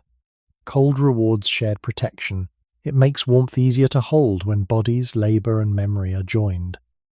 Entering cold regions also required learning the land in a slower way. A group had to know which places gave fuel, which places blocked wind, where animals moved in different seasons, where water could be found safely, and where shelter might be possible before night. A landscape was not understood only by seeing it once. It had to be lived through. A place that seemed open and useful in daylight might become dangerous in darkness. A valley might hold warmer air or useful wood. A ridge might expose the body to wind. A frozen surface might shorten a path or turn it into a risk. These lessons were not abstract science. They were repeated through walking, sleeping, failing, returning, and teaching. Cold made memory practical. It made the past useful because the body could not afford to learn every danger for the first time. The ancient movement into colder worlds therefore shows something important about humans. We were not the strongest cold-weather animals. We were not naturally covered, like many mammals that live through hard winters. But we could change the conditions around us. We could make fire matter more. We could turn hides, plants, bones, stones, wood, and shared attention into protection. We could build a warmer space inside a colder world. That ability did not erase fear. It may have made people more aware of how fragile survival was. In the cold, a group did not simply ask where food could be found. It had to ask whether hands would remain useful, whether children would sleep warmly, whether fuel would last, whether shelter could hold, and whether the body would still be able to move when morning came. Cold was one of the great boundaries in human movement. It was not an invisible line drawn on a map, but a pressure felt by the body before it was understood as geography. A group could walk toward a new valley, a coast, a plain, or a higher place. But the body would discover the truth of that place at night. Could it hold warmth? Could fuel be found close enough? Could children sleep without losing too much heat? Could wet ground be avoided? Could hands still work in the morning? These questions may sound small, but they shaped the larger human journey. A cold region was not only farther away, it demanded more from memory, tools, shelter, clothing, fire, and cooperation. In this sense, cold acted like a gate. It did not stop humans forever, but it asked them to become more prepared before passing through. Food alone could not open that gate. A rich hunting ground or a shoreline full of possible food still had limits if the night could not be survived. A place with animals might be dangerous if there was no dry shelter. A place with plants might be useful in one season and nearly empty in another. A river might offer fish or water, yet also expose the body to wetness and wind. The colder the environment became, the more survival depended on joining many answers together. Food, fire, shelter, clothing, timing, and group care had to work as one system. If one failed, the others became more fragile. This is why cold could shape the spread of people across the earth in a way hunger alone could not. Hunger asked where life could be fed. Cold asked whether life could remain warm enough to reach that food, use it, and keep moving. The archaeological record cannot show every decision made by ancient groups moving through cold landscapes. It cannot tell us exactly when a person hesitated before an exposed ridge, or when a group chose a sheltered hollow over a place with a better view. But the traces of human adaptation point toward the same broad pattern. Where cold was stronger, protection had to become stronger too. Fire use, prepared shelters, worked hides, tailored coverings in later periods, bone tools, repeated occupation of sheltered places, and careful use of animal resources all suggest that humans did not enter cold worlds by body alone. They entered through culture. They carried warmth not only in their blood, but in their habits. Cold also changed time. In warm conditions, a mistake in shelter might be uncomfortable. In colder conditions, the same mistake could take strength from the next day. A poorly chosen camp could mean poor sleep. Poor sleep could mean slower travel. Slower travel could mean less food. Less food could mean less heat. In this way, cold linked one day to the next with unusual force. It made preparation a way of protecting the future. A group that knew how to meet cold had more freedom to move. A group that did not could find even a promising land difficult to hold. This gives the human expansion into colder regions a quiet depth. It was not simply a story of people spreading across empty space. It was a story of fragile bodies learning to carry small islands of warmth into places where the environment gave less forgiveness. Each fire, each covering, each sheltered camp, each remembered route, and each act of shared care helped push the boundary a little farther. Cold did not create humanity by itself, but it revealed what humans needed in order to continue. Not only hunger, not only strength, not only curiosity, but protection around the body. At the edge of cold, the human journey became a question of whether a group could turn knowledge into warmth before the night arrived. The cold itself does not fossilize. It leaves no bone shaped exactly like wind, no tool that says plainly, "This night was too cold." What remains are indirect signs: a hearth darkened by burning, a sheltered place used again, bones broken for marrow, stones shaped by hands, animal remains gathered near a camp, marks of cutting, scraping, working, and returning. Archaeology often speaks through traces rather than full scenes. It cannot show the feeling of cold on skin. It cannot show a child being moved closer to warmth, or a tired person waking before dawn to keep a flame alive. but it can show that people repeatedly created warmer, safer spaces inside difficult environments. In those traces, cold appears not as a single object, but as a pressure answered by behavior. A hearth is one of the clearest signs of this answer. Fire can mean many things. It can cook food, give light, keep some animals at a distance, dry material, and make a resting place more livable. In a cold world, a hearth also marks the attempt to hold warmth in one place. A circle of ash, heated stone, burned bone, or darkened sediment may suggest that humans gathered around heat and returned to that point as a center of activity. The evidence must always be interpreted carefully, because natural fires can also leave marks, and very old traces are often disturbed by time. But when burning appears with tools, bones, repeated occupation, and signs of human activity, it helps reveal a pattern. People were not merely passing through the landscape, they were shaping small places where the body could remain longer. Shelter is another trace of cold, though it is often harder to see. Caves, rock shelters, overhangs, and protected sites are more likely to preserve evidence than open camps, so the record is uneven. We should not imagine that ancient humans lived only in caves simply because caves preserve better. Many shelters made of branches, hides, grasses, or other organic materials would have disappeared long ago. Still, the places that survive can tell us something important. People often chose locations that offered protection from wind, rain, and exposure, or places where fire, tools, and food processing could happen together.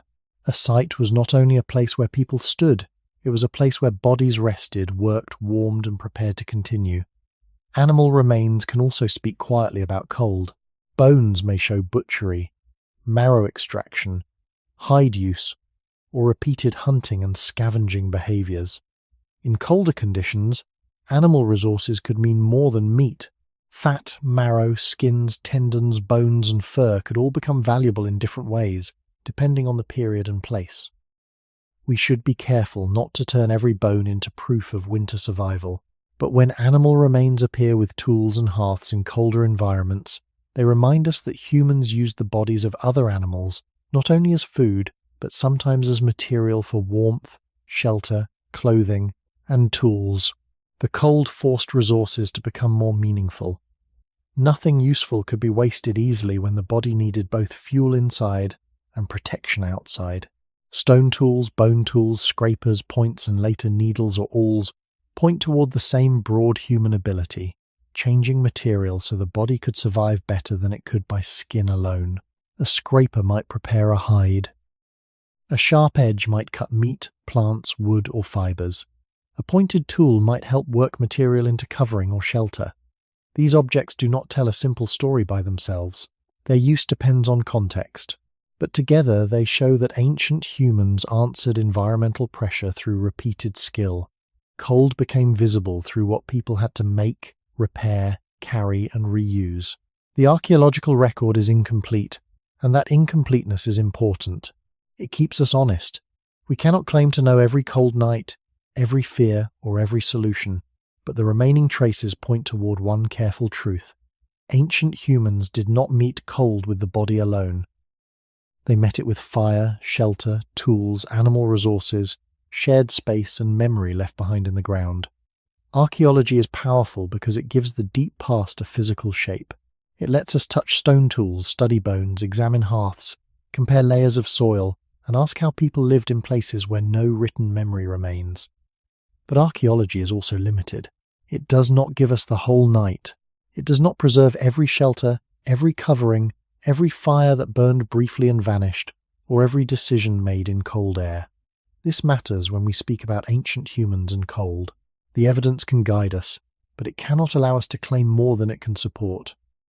A careful story must stay close to what the ground can reasonably show. It must not turn a trace into a complete scene, or a possibility into a certainty. A hearth, for example, can suggest controlled fire, repeated activity, warmth, cooking, light, or protection. But a hearth alone does not tell us exactly who sat beside it, how cold the night was, or what anyone felt. Burned bone may show that animal remains were exposed to fire, but it may not always tell us why.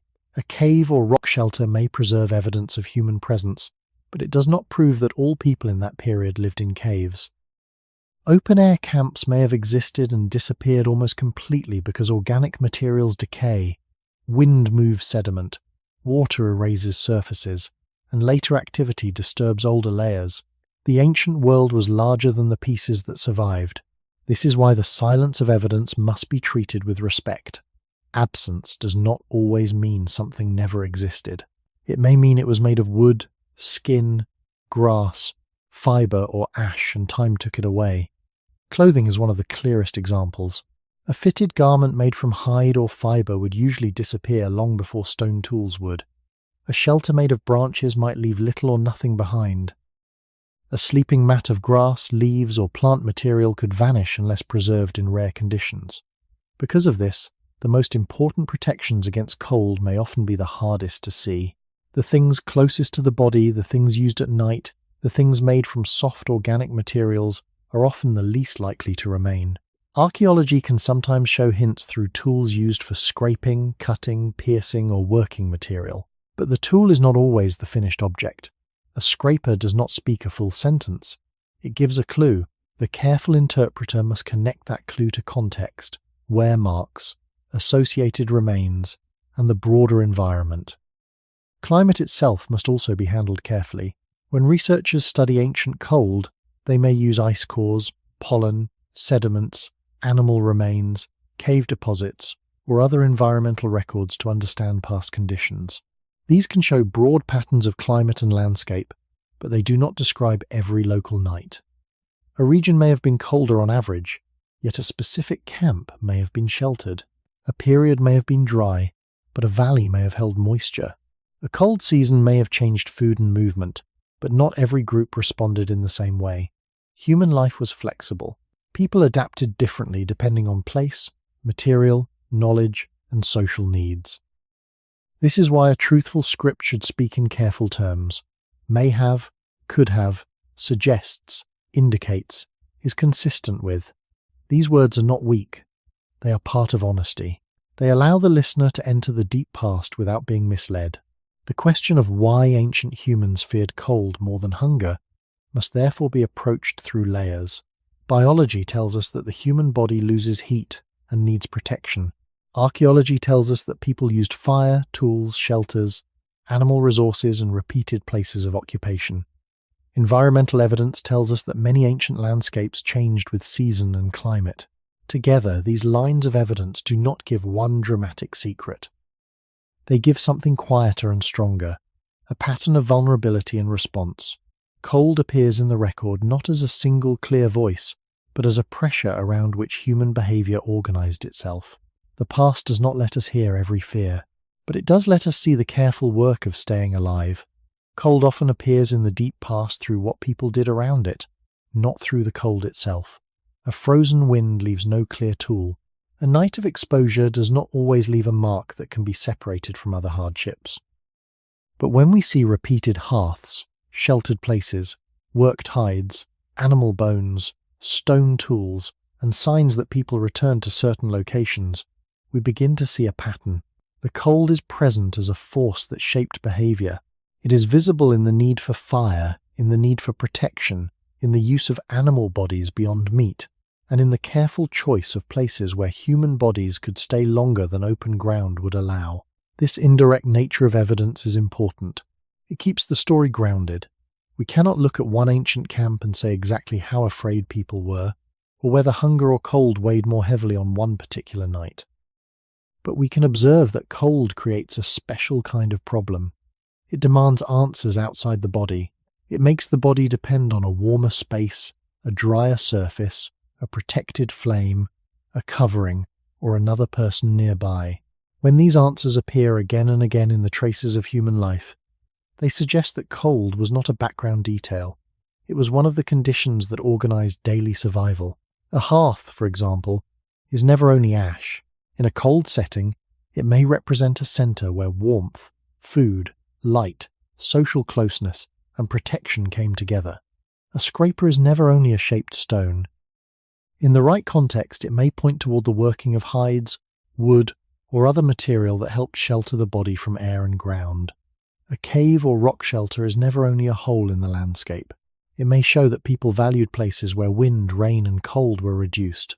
A broken animal bone may speak of food, but also of fat, marrow, tools, coverings, and the larger effort to use everything that helped life continue. None of these traces gives a complete answer alone. Together, they show a human pattern. The body was not left naked against the world if people could help it. Cold also appears through absence. Many of the things that mattered most for warmth were made from materials that rarely survive. Grass, leaves, branches, bark, hides, fibers, cords, sleeping surfaces, temporary windbreaks, and simple coverings can vanish almost completely.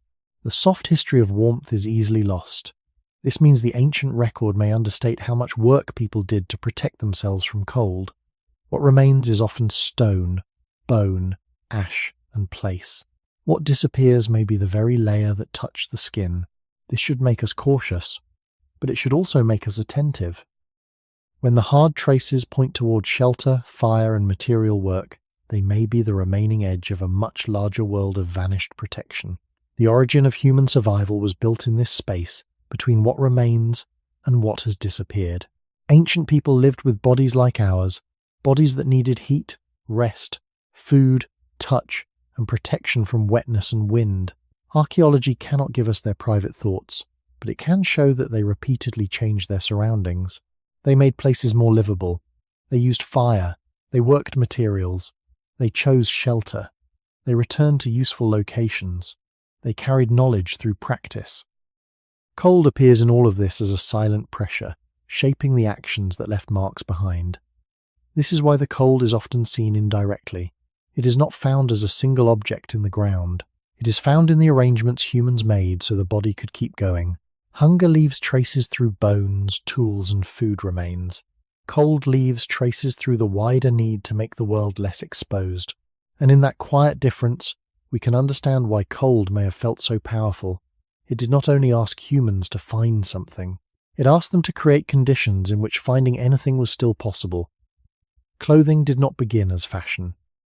Long before woven cloth, buttons, mirrors, or decoration in the modern sense, covering the body may have answered a simpler and older problem.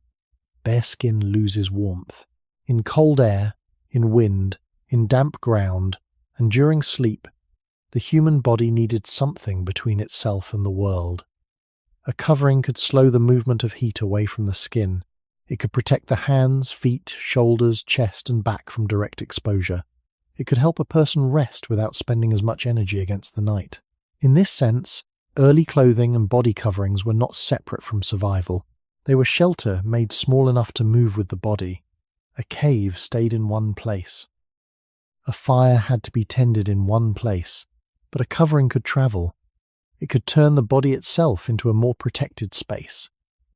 This matters because humans did not carry dense fur like many cold-adapted animals. The body had to borrow protection from other materials. Animal hides, furs, plant fibers, grasses, bark, cords, and later more carefully shaped garments could all serve as barriers, depending on the place, time, and available resources. We should not imagine one single beginning of clothing, or one simple invention that appeared everywhere at once. The deep history of clothing is difficult to see because many soft materials decay. What remains most often is stone, bone, shell, ash, and earth, while the things that touch skin may vanish. But the need is clear. When the body faced cold, it needed a portable layer of warmth. Some tools give indirect hints about this older need. Scrapers could be used to prepare hides. Sharp stone edges could cut animal skin, plant material, or fibre. Bone points, awls, and later needles suggest ways of piercing, joining, or shaping material. These objects do not prove every detail by themselves, and they must be read carefully in context. But they show that humans were capable of working the materials that could become coverings, containers, shelters, and other forms of protection. A hide was not useful simply because an animal had died. It had to be removed, cleaned, softened, dried, shaped, carried, and kept usable. A covering was therefore not only material, it was time, labour, skill, and memory wrapped around the body.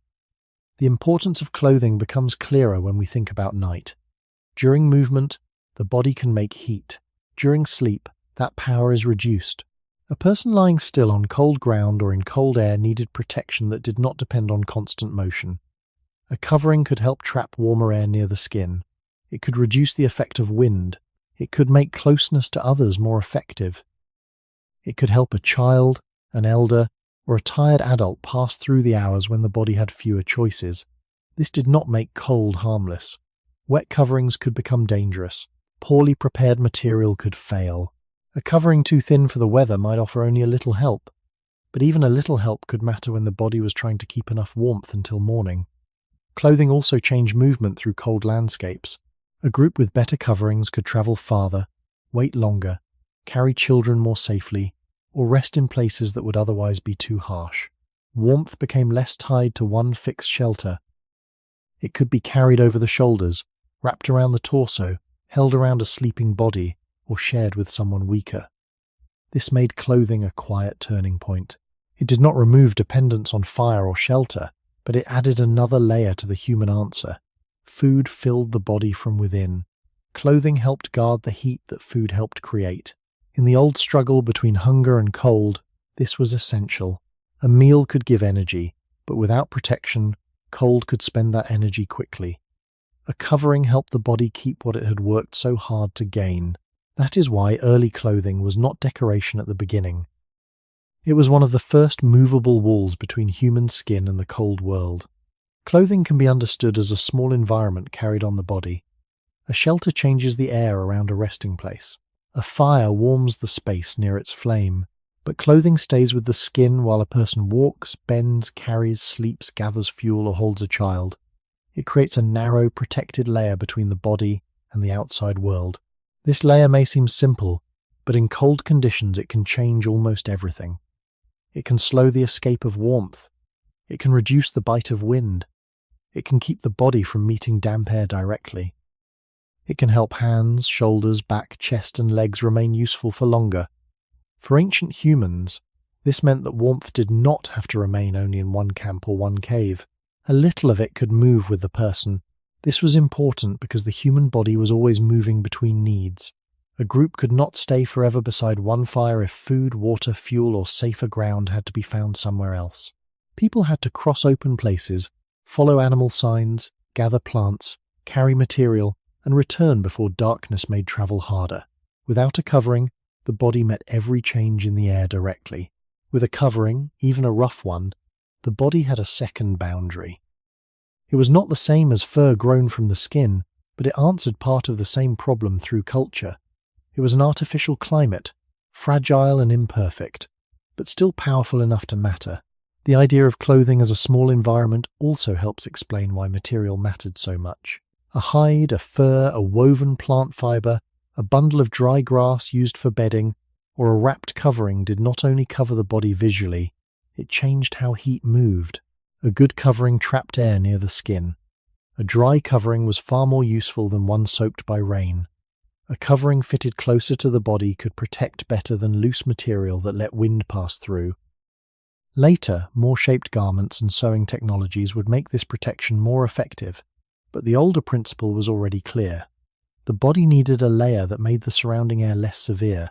In cold, the space just outside the skin became a place of survival. This portable layer was especially important for rest. During sleep, a person cannot keep solving problems with full attention. The body still makes heat, but it no longer walks, gathers, adjusts, or watches the weather in the same way. A covering could continue working while the person slept. It could hold warmth around a child, protect a tired adult, or reduce the need to wake again and again from cold. It could work with shelter, not replace it.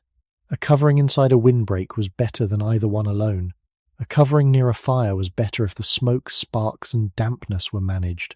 A covering over dry material on the ground could help keep the earth from taking heat away too quickly. Survival often depended on these layers working together. None was perfect. Each reduced the cost of the night. Cold also made clothing social. A covering had to come from somewhere.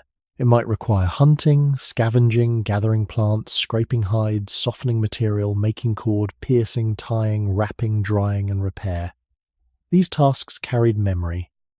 Someone had to know which material held warmth, which became stiff, which rotted, which smoked near fire, which shed water poorly, and which could be carried without too much weight.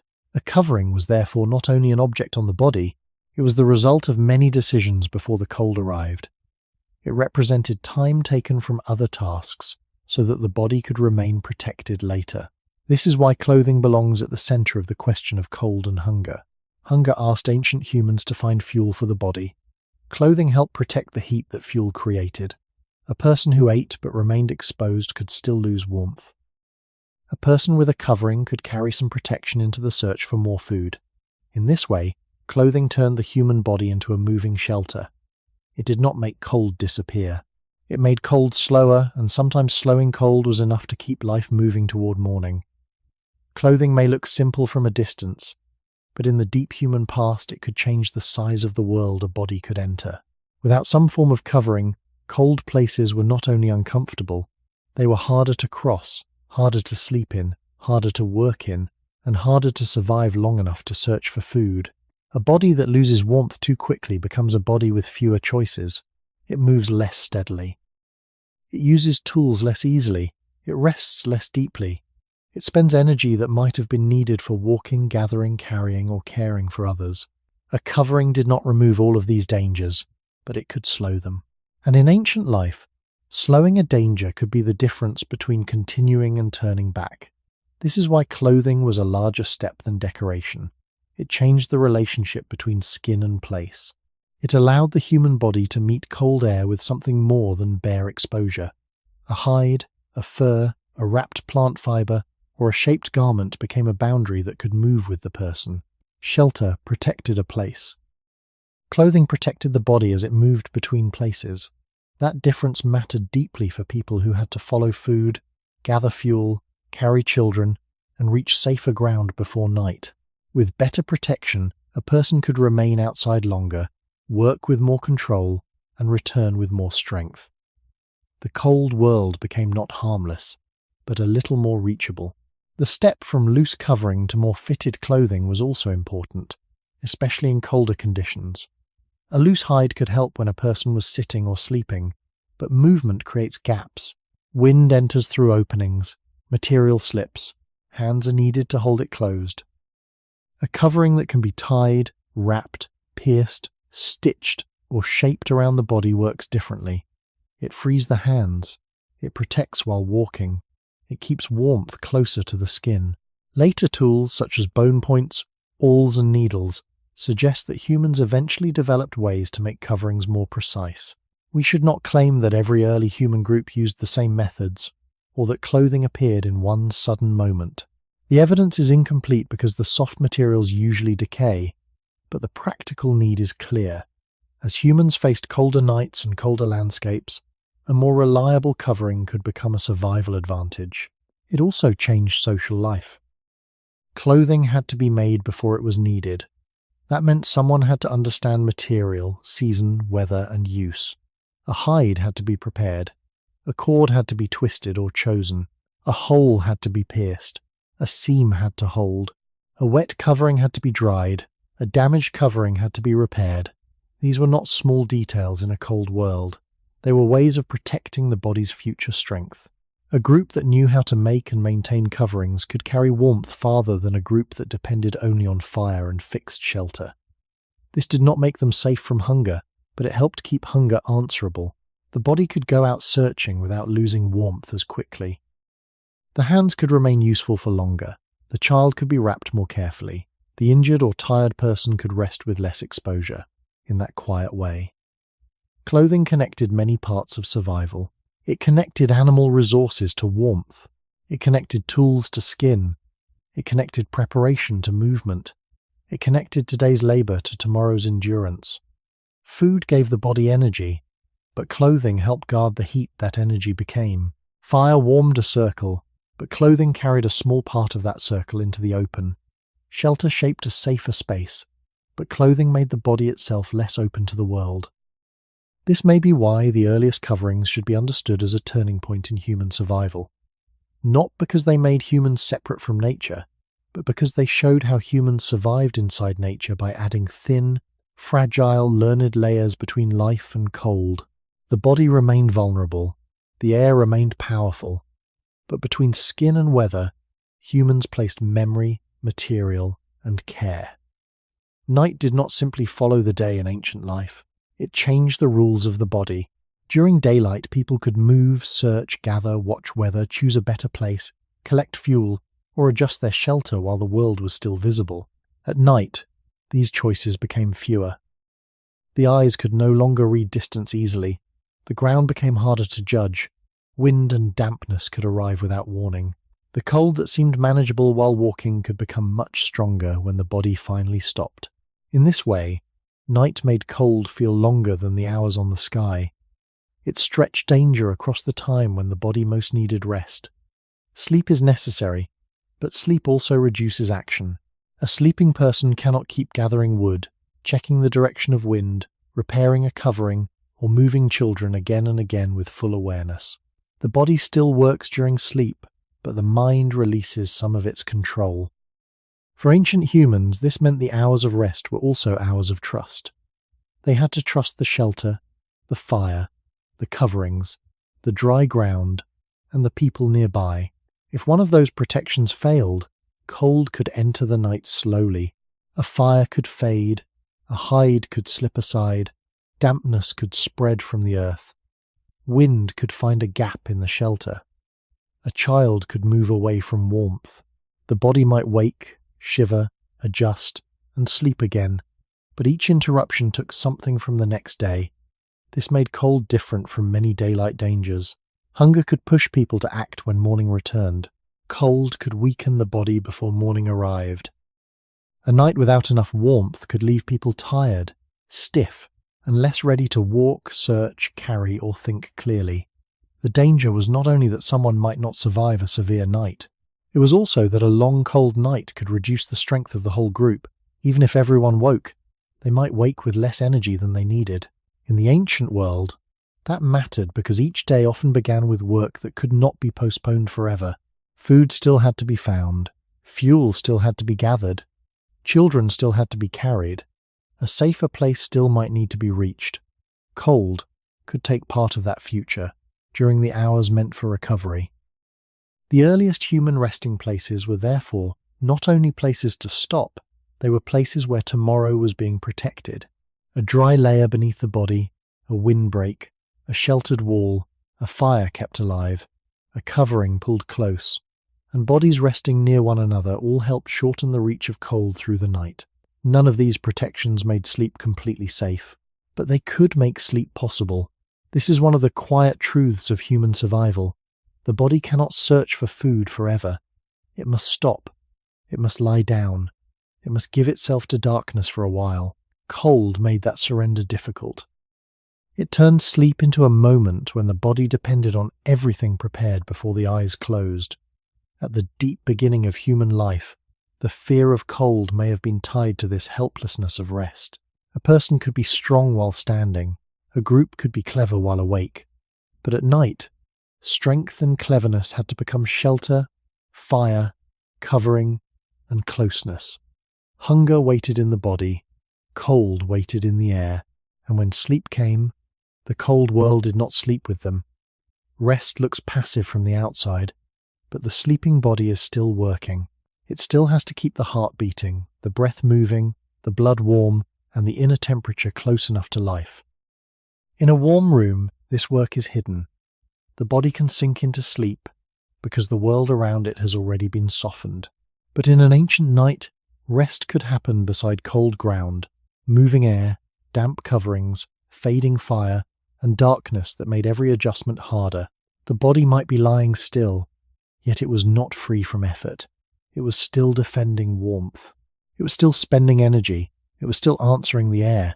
This is why cold could make sleep so fragile.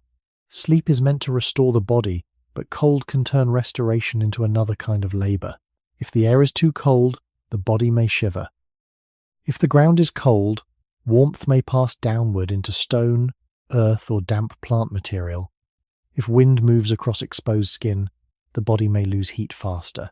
If coverings are wet, they may stop protecting and begin taking warmth away.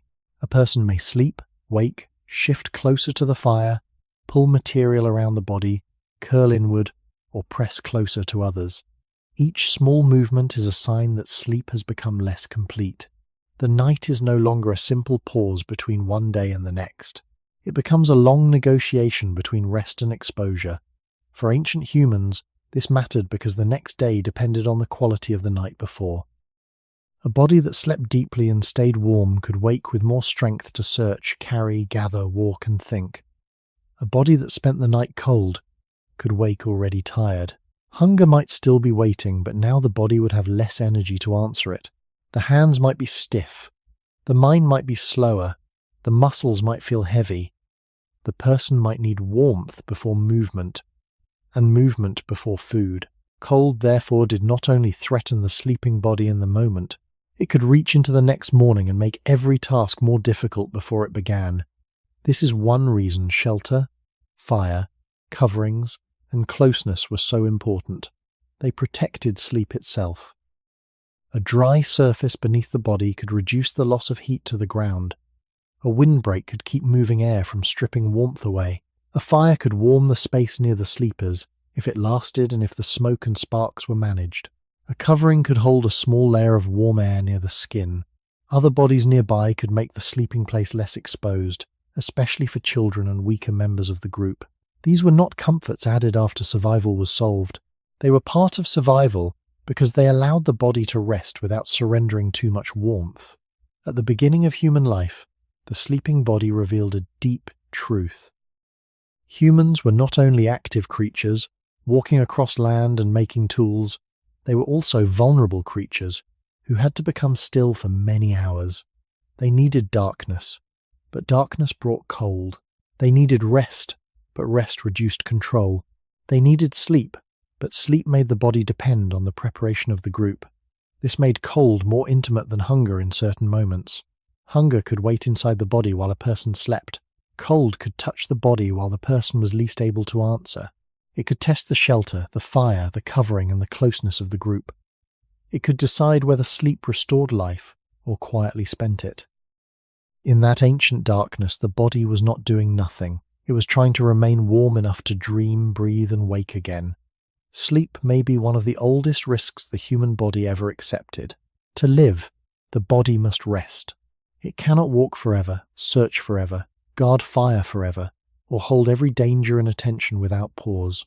But rest also means surrender. The eyes close. Movement slows, the hands stop working. The mind lets go of the landscape for a time. In a warm and protected world, this surrender can feel natural. In the ancient world, it was more complicated.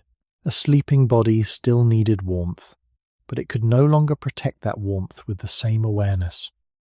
This made cold different from hunger during the night. Hunger could remain as a deep need waiting for morning. Cold could act while the sleeper was least able to answer. It could enter through the ground, through wind, through damp coverings, through a fading fire, or through the small gap between one body and another. The danger of cold sleep was not always sudden. It could be slow. A person might begin the night near enough to warmth, then shift during sleep. A covering might loosen, a fire might burn low. Rain or mist might make the shelter colder. The ground might continue taking heat from the body hour after hour. The body might wake and shiver, then sleep again, never fully resting. This kind of night could leave no dramatic mark in the ground, but it could change the next day. The person who wakes cold has already spent energy before the day begins. The group that wakes cold begins its search for food with less strength, less patience, and less steadiness. In this way, cold could turn sleep from recovery into a hidden cost. It could take from the future while the body was supposed to be preparing for it. For ancient humans, this made the sleeping place one of the most important decisions of the day. A poor place to rest did not only mean discomfort, it could mean waking weaker. It could mean hands that needed time to work again, feet that moved slowly, children who needed more care, and adults who had to spend the first light rebuilding warmth instead of searching for food. A good resting place protected more than the night. It protected the morning. Dry ground, a windbreak, a rock wall, a fire placed with care, a layer of leaves or grasses, a hide pulled close, or bodies gathered together could all reduce the risk. None of these answers was perfect, and none made sleep completely safe, but each one made the cold move more slowly, and sometimes that was enough. This is why cold could make sleep feel like a test of everything prepared before darkness. During the day, humans could use skill directly. They could choose, repair, carry, gather, and move. At night, those daytime choices had to keep working without constant attention. Shelter had to keep sheltering. Fire had to keep warming. Coverings had to keep holding heat. The group had to remain close enough for the weakest bodies to stay within protection. Sleep depended on memory, made physical. It depended on past knowledge placed around the body as material, space, and care. At the beginning of human life, this may have given cold a special power in human awareness. It did not only threaten action, it threatened the pause that made action possible. A body that cannot sleep warmly cannot fully recover. A group that cannot rest safely cannot keep moving well. Hunger may have pushed people into the landscape, but cold followed them back into the place where they closed their eyes. It waited beside the fire, beneath the bedding, around the shelter, and inside the long hours before dawn. To survive the cold night was not simply to avoid death. It was to protect the body's ability to wake with enough warmth, strength, and memory to continue. Cold did not live only in the air. Over time, it also lived in memory. A group that had passed through a hard winter, a wet night, a failed fire, or a season when food became harder to reach would not meet the next cold day as if it were new. The body remembers through sensation, but human groups also remember through habit. They remember where the wind was strongest, where the ground stayed dry, where fuel could be found, where animals moved when the season turned, and where shelter held better than expected. In this way, cold became part of human knowledge. It was carried not as a written lesson, but as repeated attention to place, weather, fire, food, and the fragile warmth of the body. This kind of memory was practical. It did not need a calendar in the modern sense to matter. People could notice shorter days, colder mornings, changes in plants, the movement of animals, the feel of damp air, the behavior of rivers, or the return of winds from a certain direction. These signs could tell a group that a more difficult season was coming. In ancient life, to remember cold was to prepare for it before it fully arrived. A covering had to be repaired before the night was severe. Fuel had to be gathered before darkness made it harder. A sheltered place had to be chosen before the body was too tired to search. Food had to be found or protected while it was still possible to move safely. Cold made memory valuable because it punished forgetting quickly. Hunger also depended on memory. People needed to know where food might appear, when plants were useful, where animals passed, and which places had been generous before. But cold gave memory another urgency. A missed food source might lead to a longer search. A missed shelter, a wet resting place, or a fire without enough fuel could weaken the body before the next search could begin. This is why cold may have become tied so closely to the rhythm of seasons. It taught people to think not only about what could be eaten, but about when to move, where to sleep, what to carry, and how to protect the weakest members before the night tested everyone. The memory of cold was also social. One person could learn from one winter, but a group could carry many winters.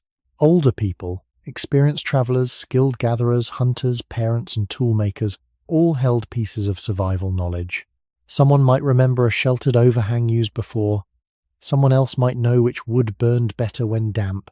Another might know where dry grass could be found, where animals crossed, or where the ground became dangerous after rain.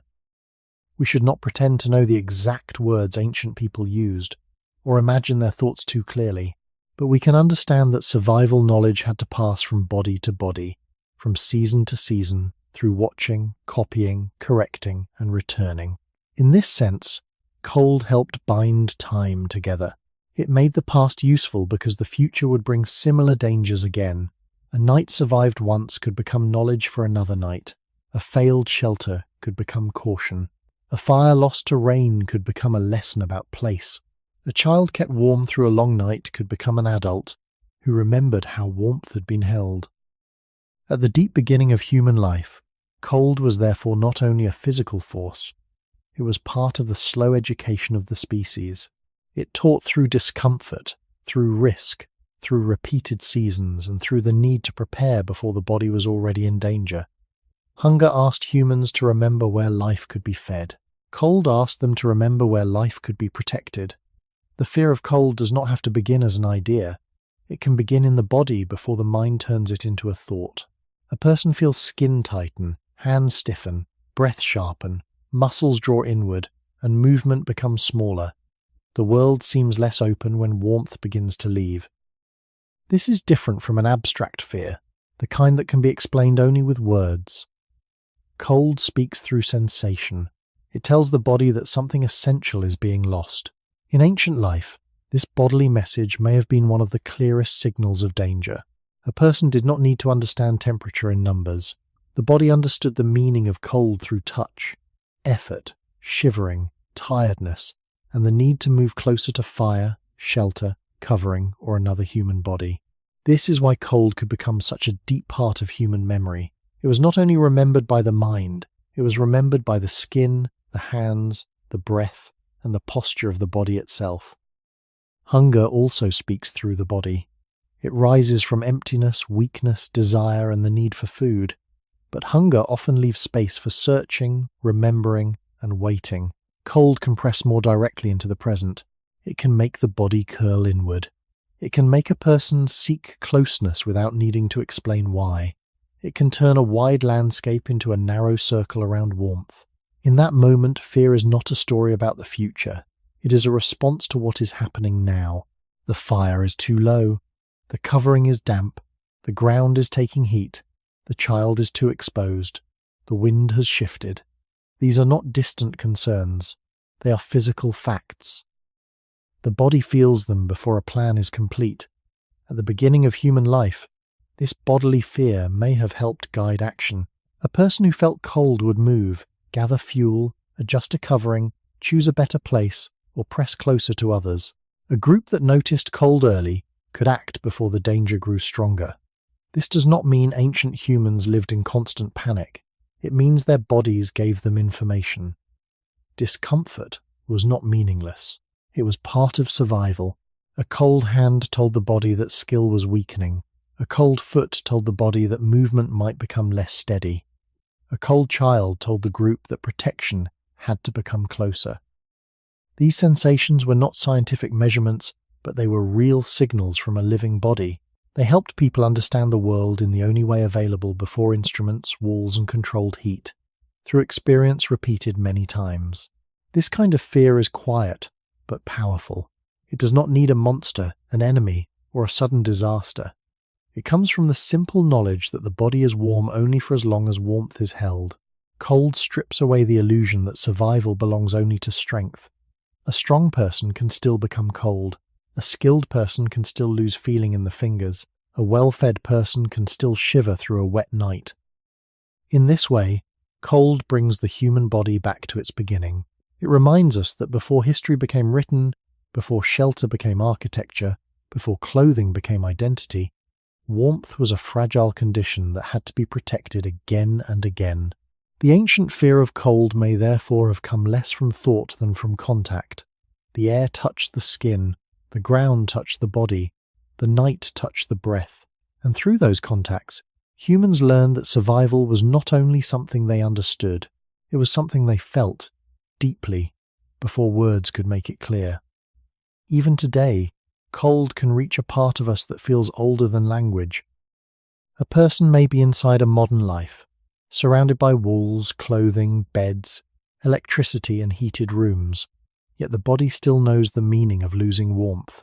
Hands stiffen, shoulders rise, the back curves inward, the breath becomes more noticeable. The body seeks a blanket, a fire, sunlight, warm food, another layer, or another person nearby. These reactions are ordinary, but they point backward.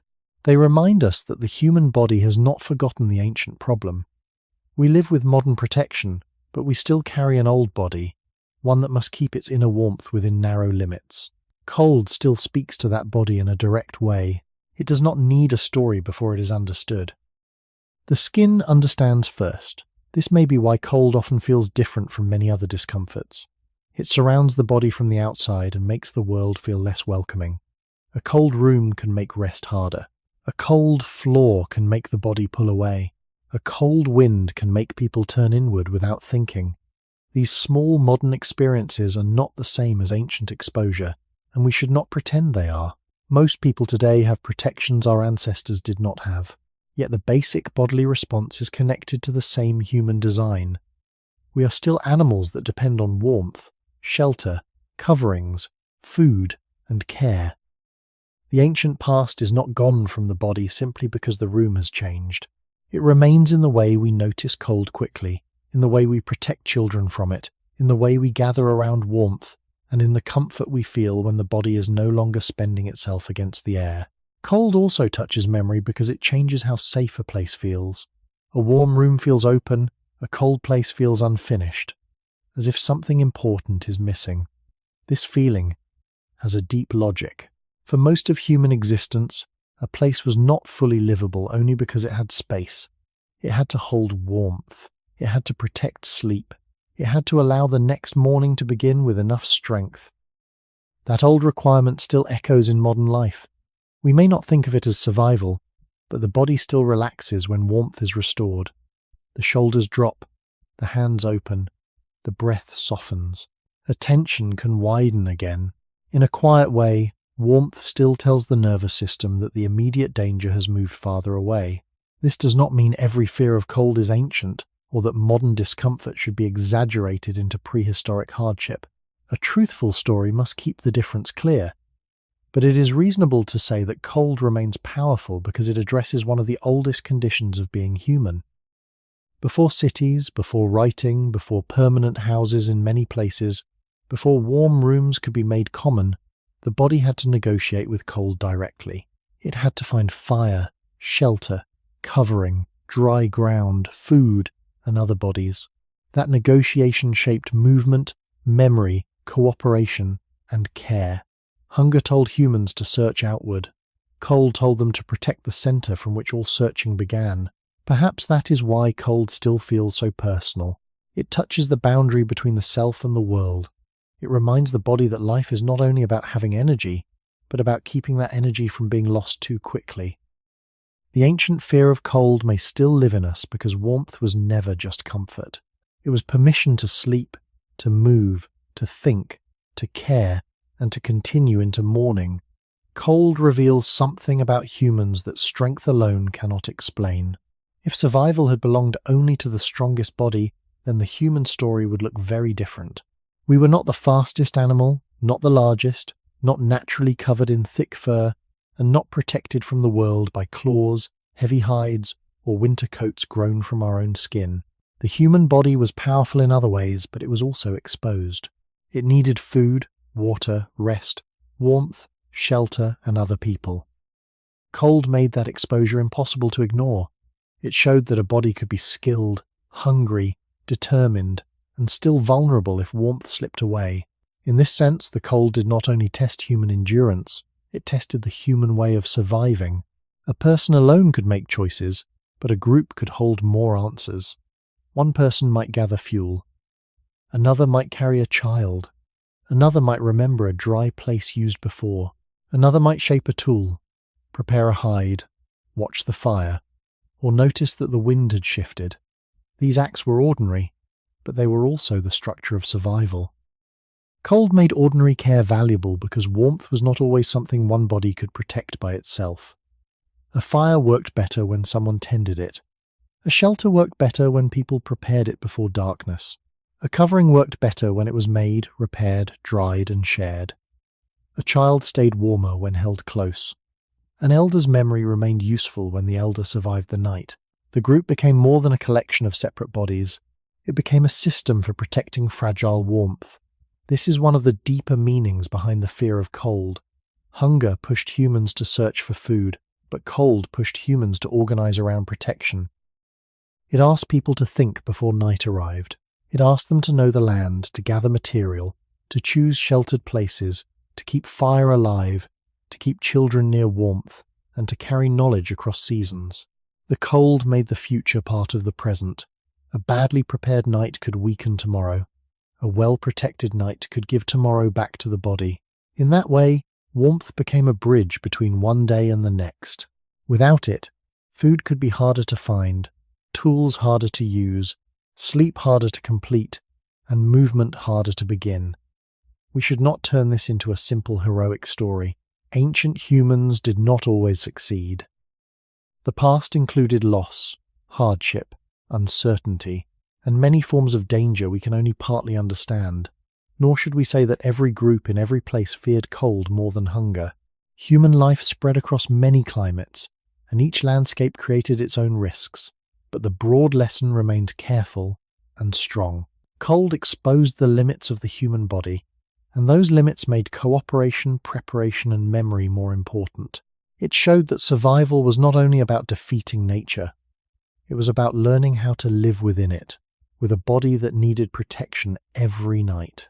At the beginning of human life, this may have been one of the quiet foundations of what made us human. We survived not because we were free from weakness, but because weakness could be answered together. A bare body could be covered, a cold place could be made less harsh, a fading fire could be fed, a child could be held, a difficult winter could be remembered. In the cold, humans learned that life continued not through strength alone, but through shared warmth, careful attention, and the patient work of keeping one another within the circle of mourning. Cold shows the real size of the human body. From a distance, humans can seem powerful because we make tools, remember seasons, cross landscapes, build shelters, and change the world around us. But beneath all of that ability is a body that still needs warmth. It still needs dry ground, protected sleep, food inside it, and enough shelter from the air. Cold brings that truth back to the surface. It does not ask how clever a person is before it touches the skin. It does not wait until a group has finished planning. It moves through wind, water, ground, darkness, and stillness. It reminds the body that life is not held by thought alone, but by heat, breath, circulation, movement, and rest. This is why cold reveals the limit of strength. A strong person can carry wood, shape stone, walk far, or help others. Yet strength becomes harder to use when fingers stiffen, feet lose feeling, and sleep is broken again and again. Skill also depends on warmth. A tool is only useful if the hand can hold it. A memory of food is only useful if the body can walk toward it. A shelter is only useful if people have enough energy to reach it, repair it, and remain there. Cold reaches into all these abilities. It does not only threaten the body as an object, it threatens the body as the source of every action. Hunger takes energy away slowly. Cold can make the remaining energy harder to use. In this way, the cold world showed ancient humans that the body was not an unlimited machine. It was a living fire that had to be protected. This limit also gave value to community. A single body has only so much warmth, attention, and strength. A group can extend those things. One person can sleep while another notices the fire. One person can remember a sheltered place. One person can prepare a covering. One person can hold a child. One person can help someone weaker, cross cold ground, or return before night. These acts are not dramatic from the outside, but they are deeply human. They show that community is not only a feeling, it is a survival structure. It allows the limits of one body to be answered by the abilities of another. Cold made this structure visible because it pressed hardest on the small, the tired, the injured, and the old. If those bodies were protected, the group carried more life into the next day. The value of community was also the value of memory. A group that remembered where dry shelter could be found, which fuel burned longer, which ground stayed damp, and which winds came with a certain season, had more than information. It had protection before danger fully arrived. Memory made cold less sudden. Preparation made fear less helpless. This is one of the quiet lessons of human history.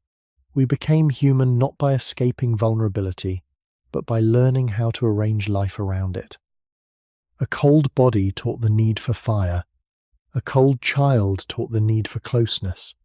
A cold night taught the need for shelter. A cold season taught the need for memory.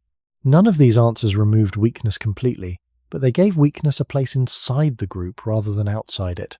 That may be the deeper meaning of cold in the human story. It shows that survival is not the absence of fragility. It is the careful protection of fragility. The human body remained exposed, but people learned to place warmth around it. In tools, in coverings, in chosen places, in shared labour, and in one another. Cold made the body smaller than the world, but community made the body less alone within it. In the end, the ancient fear of cold does not show us a weaker kind of human. It shows us a truer one. Human beings were never separate from the world around them. They lived inside weather, darkness, season, hunger, damp ground, moving air, and the long uncertainty between sunset and morning. The body could walk, think, remember, make tools, gather food, carry children, and tend fire, but all of those abilities depended on something quiet and basic. The body had to remain warm enough to use them. Cold revealed that truth more quickly than many other dangers. It showed that life was not only a matter of finding food, but of protecting the warmth that made food useful at all. Hunger could call people outward, into the landscape, toward plants, animals, water, and memory. Cold called them inward, toward shelter, fire, coverings, closeness, and care. These two calls shaped human life together. A group had to search, but it also had to return. It had to move, but it also had to rest. It had to feed the body, but it also had to guard the conditions that allowed the body to keep moving. This is why cold belongs so deeply to the beginning of human history. It touched the body, but it also touched the shape of the group. It made people think about place before darkness came. It made them protect children, help the tired, remember sheltered ground, gather fuel, and keep fragile warmth alive through long hours when nothing else could be done. We cannot know every fear carried by ancient people. We cannot stand inside their thoughts or speak for every group across every climate. The past was too wide, too varied, and too incomplete for certainty of that kind. But we can follow the careful evidence of bodies like ours, of fire and shelter, of tools and animal resources, of seasonal change and human vulnerability. Together, they suggest a quiet pattern. Cold mattered because it reached the foundation beneath every other task. It made hands slower, sleep lighter, movement harder, and hunger more difficult to solve. It did not always kill quickly, and it was not always the greatest danger in every place.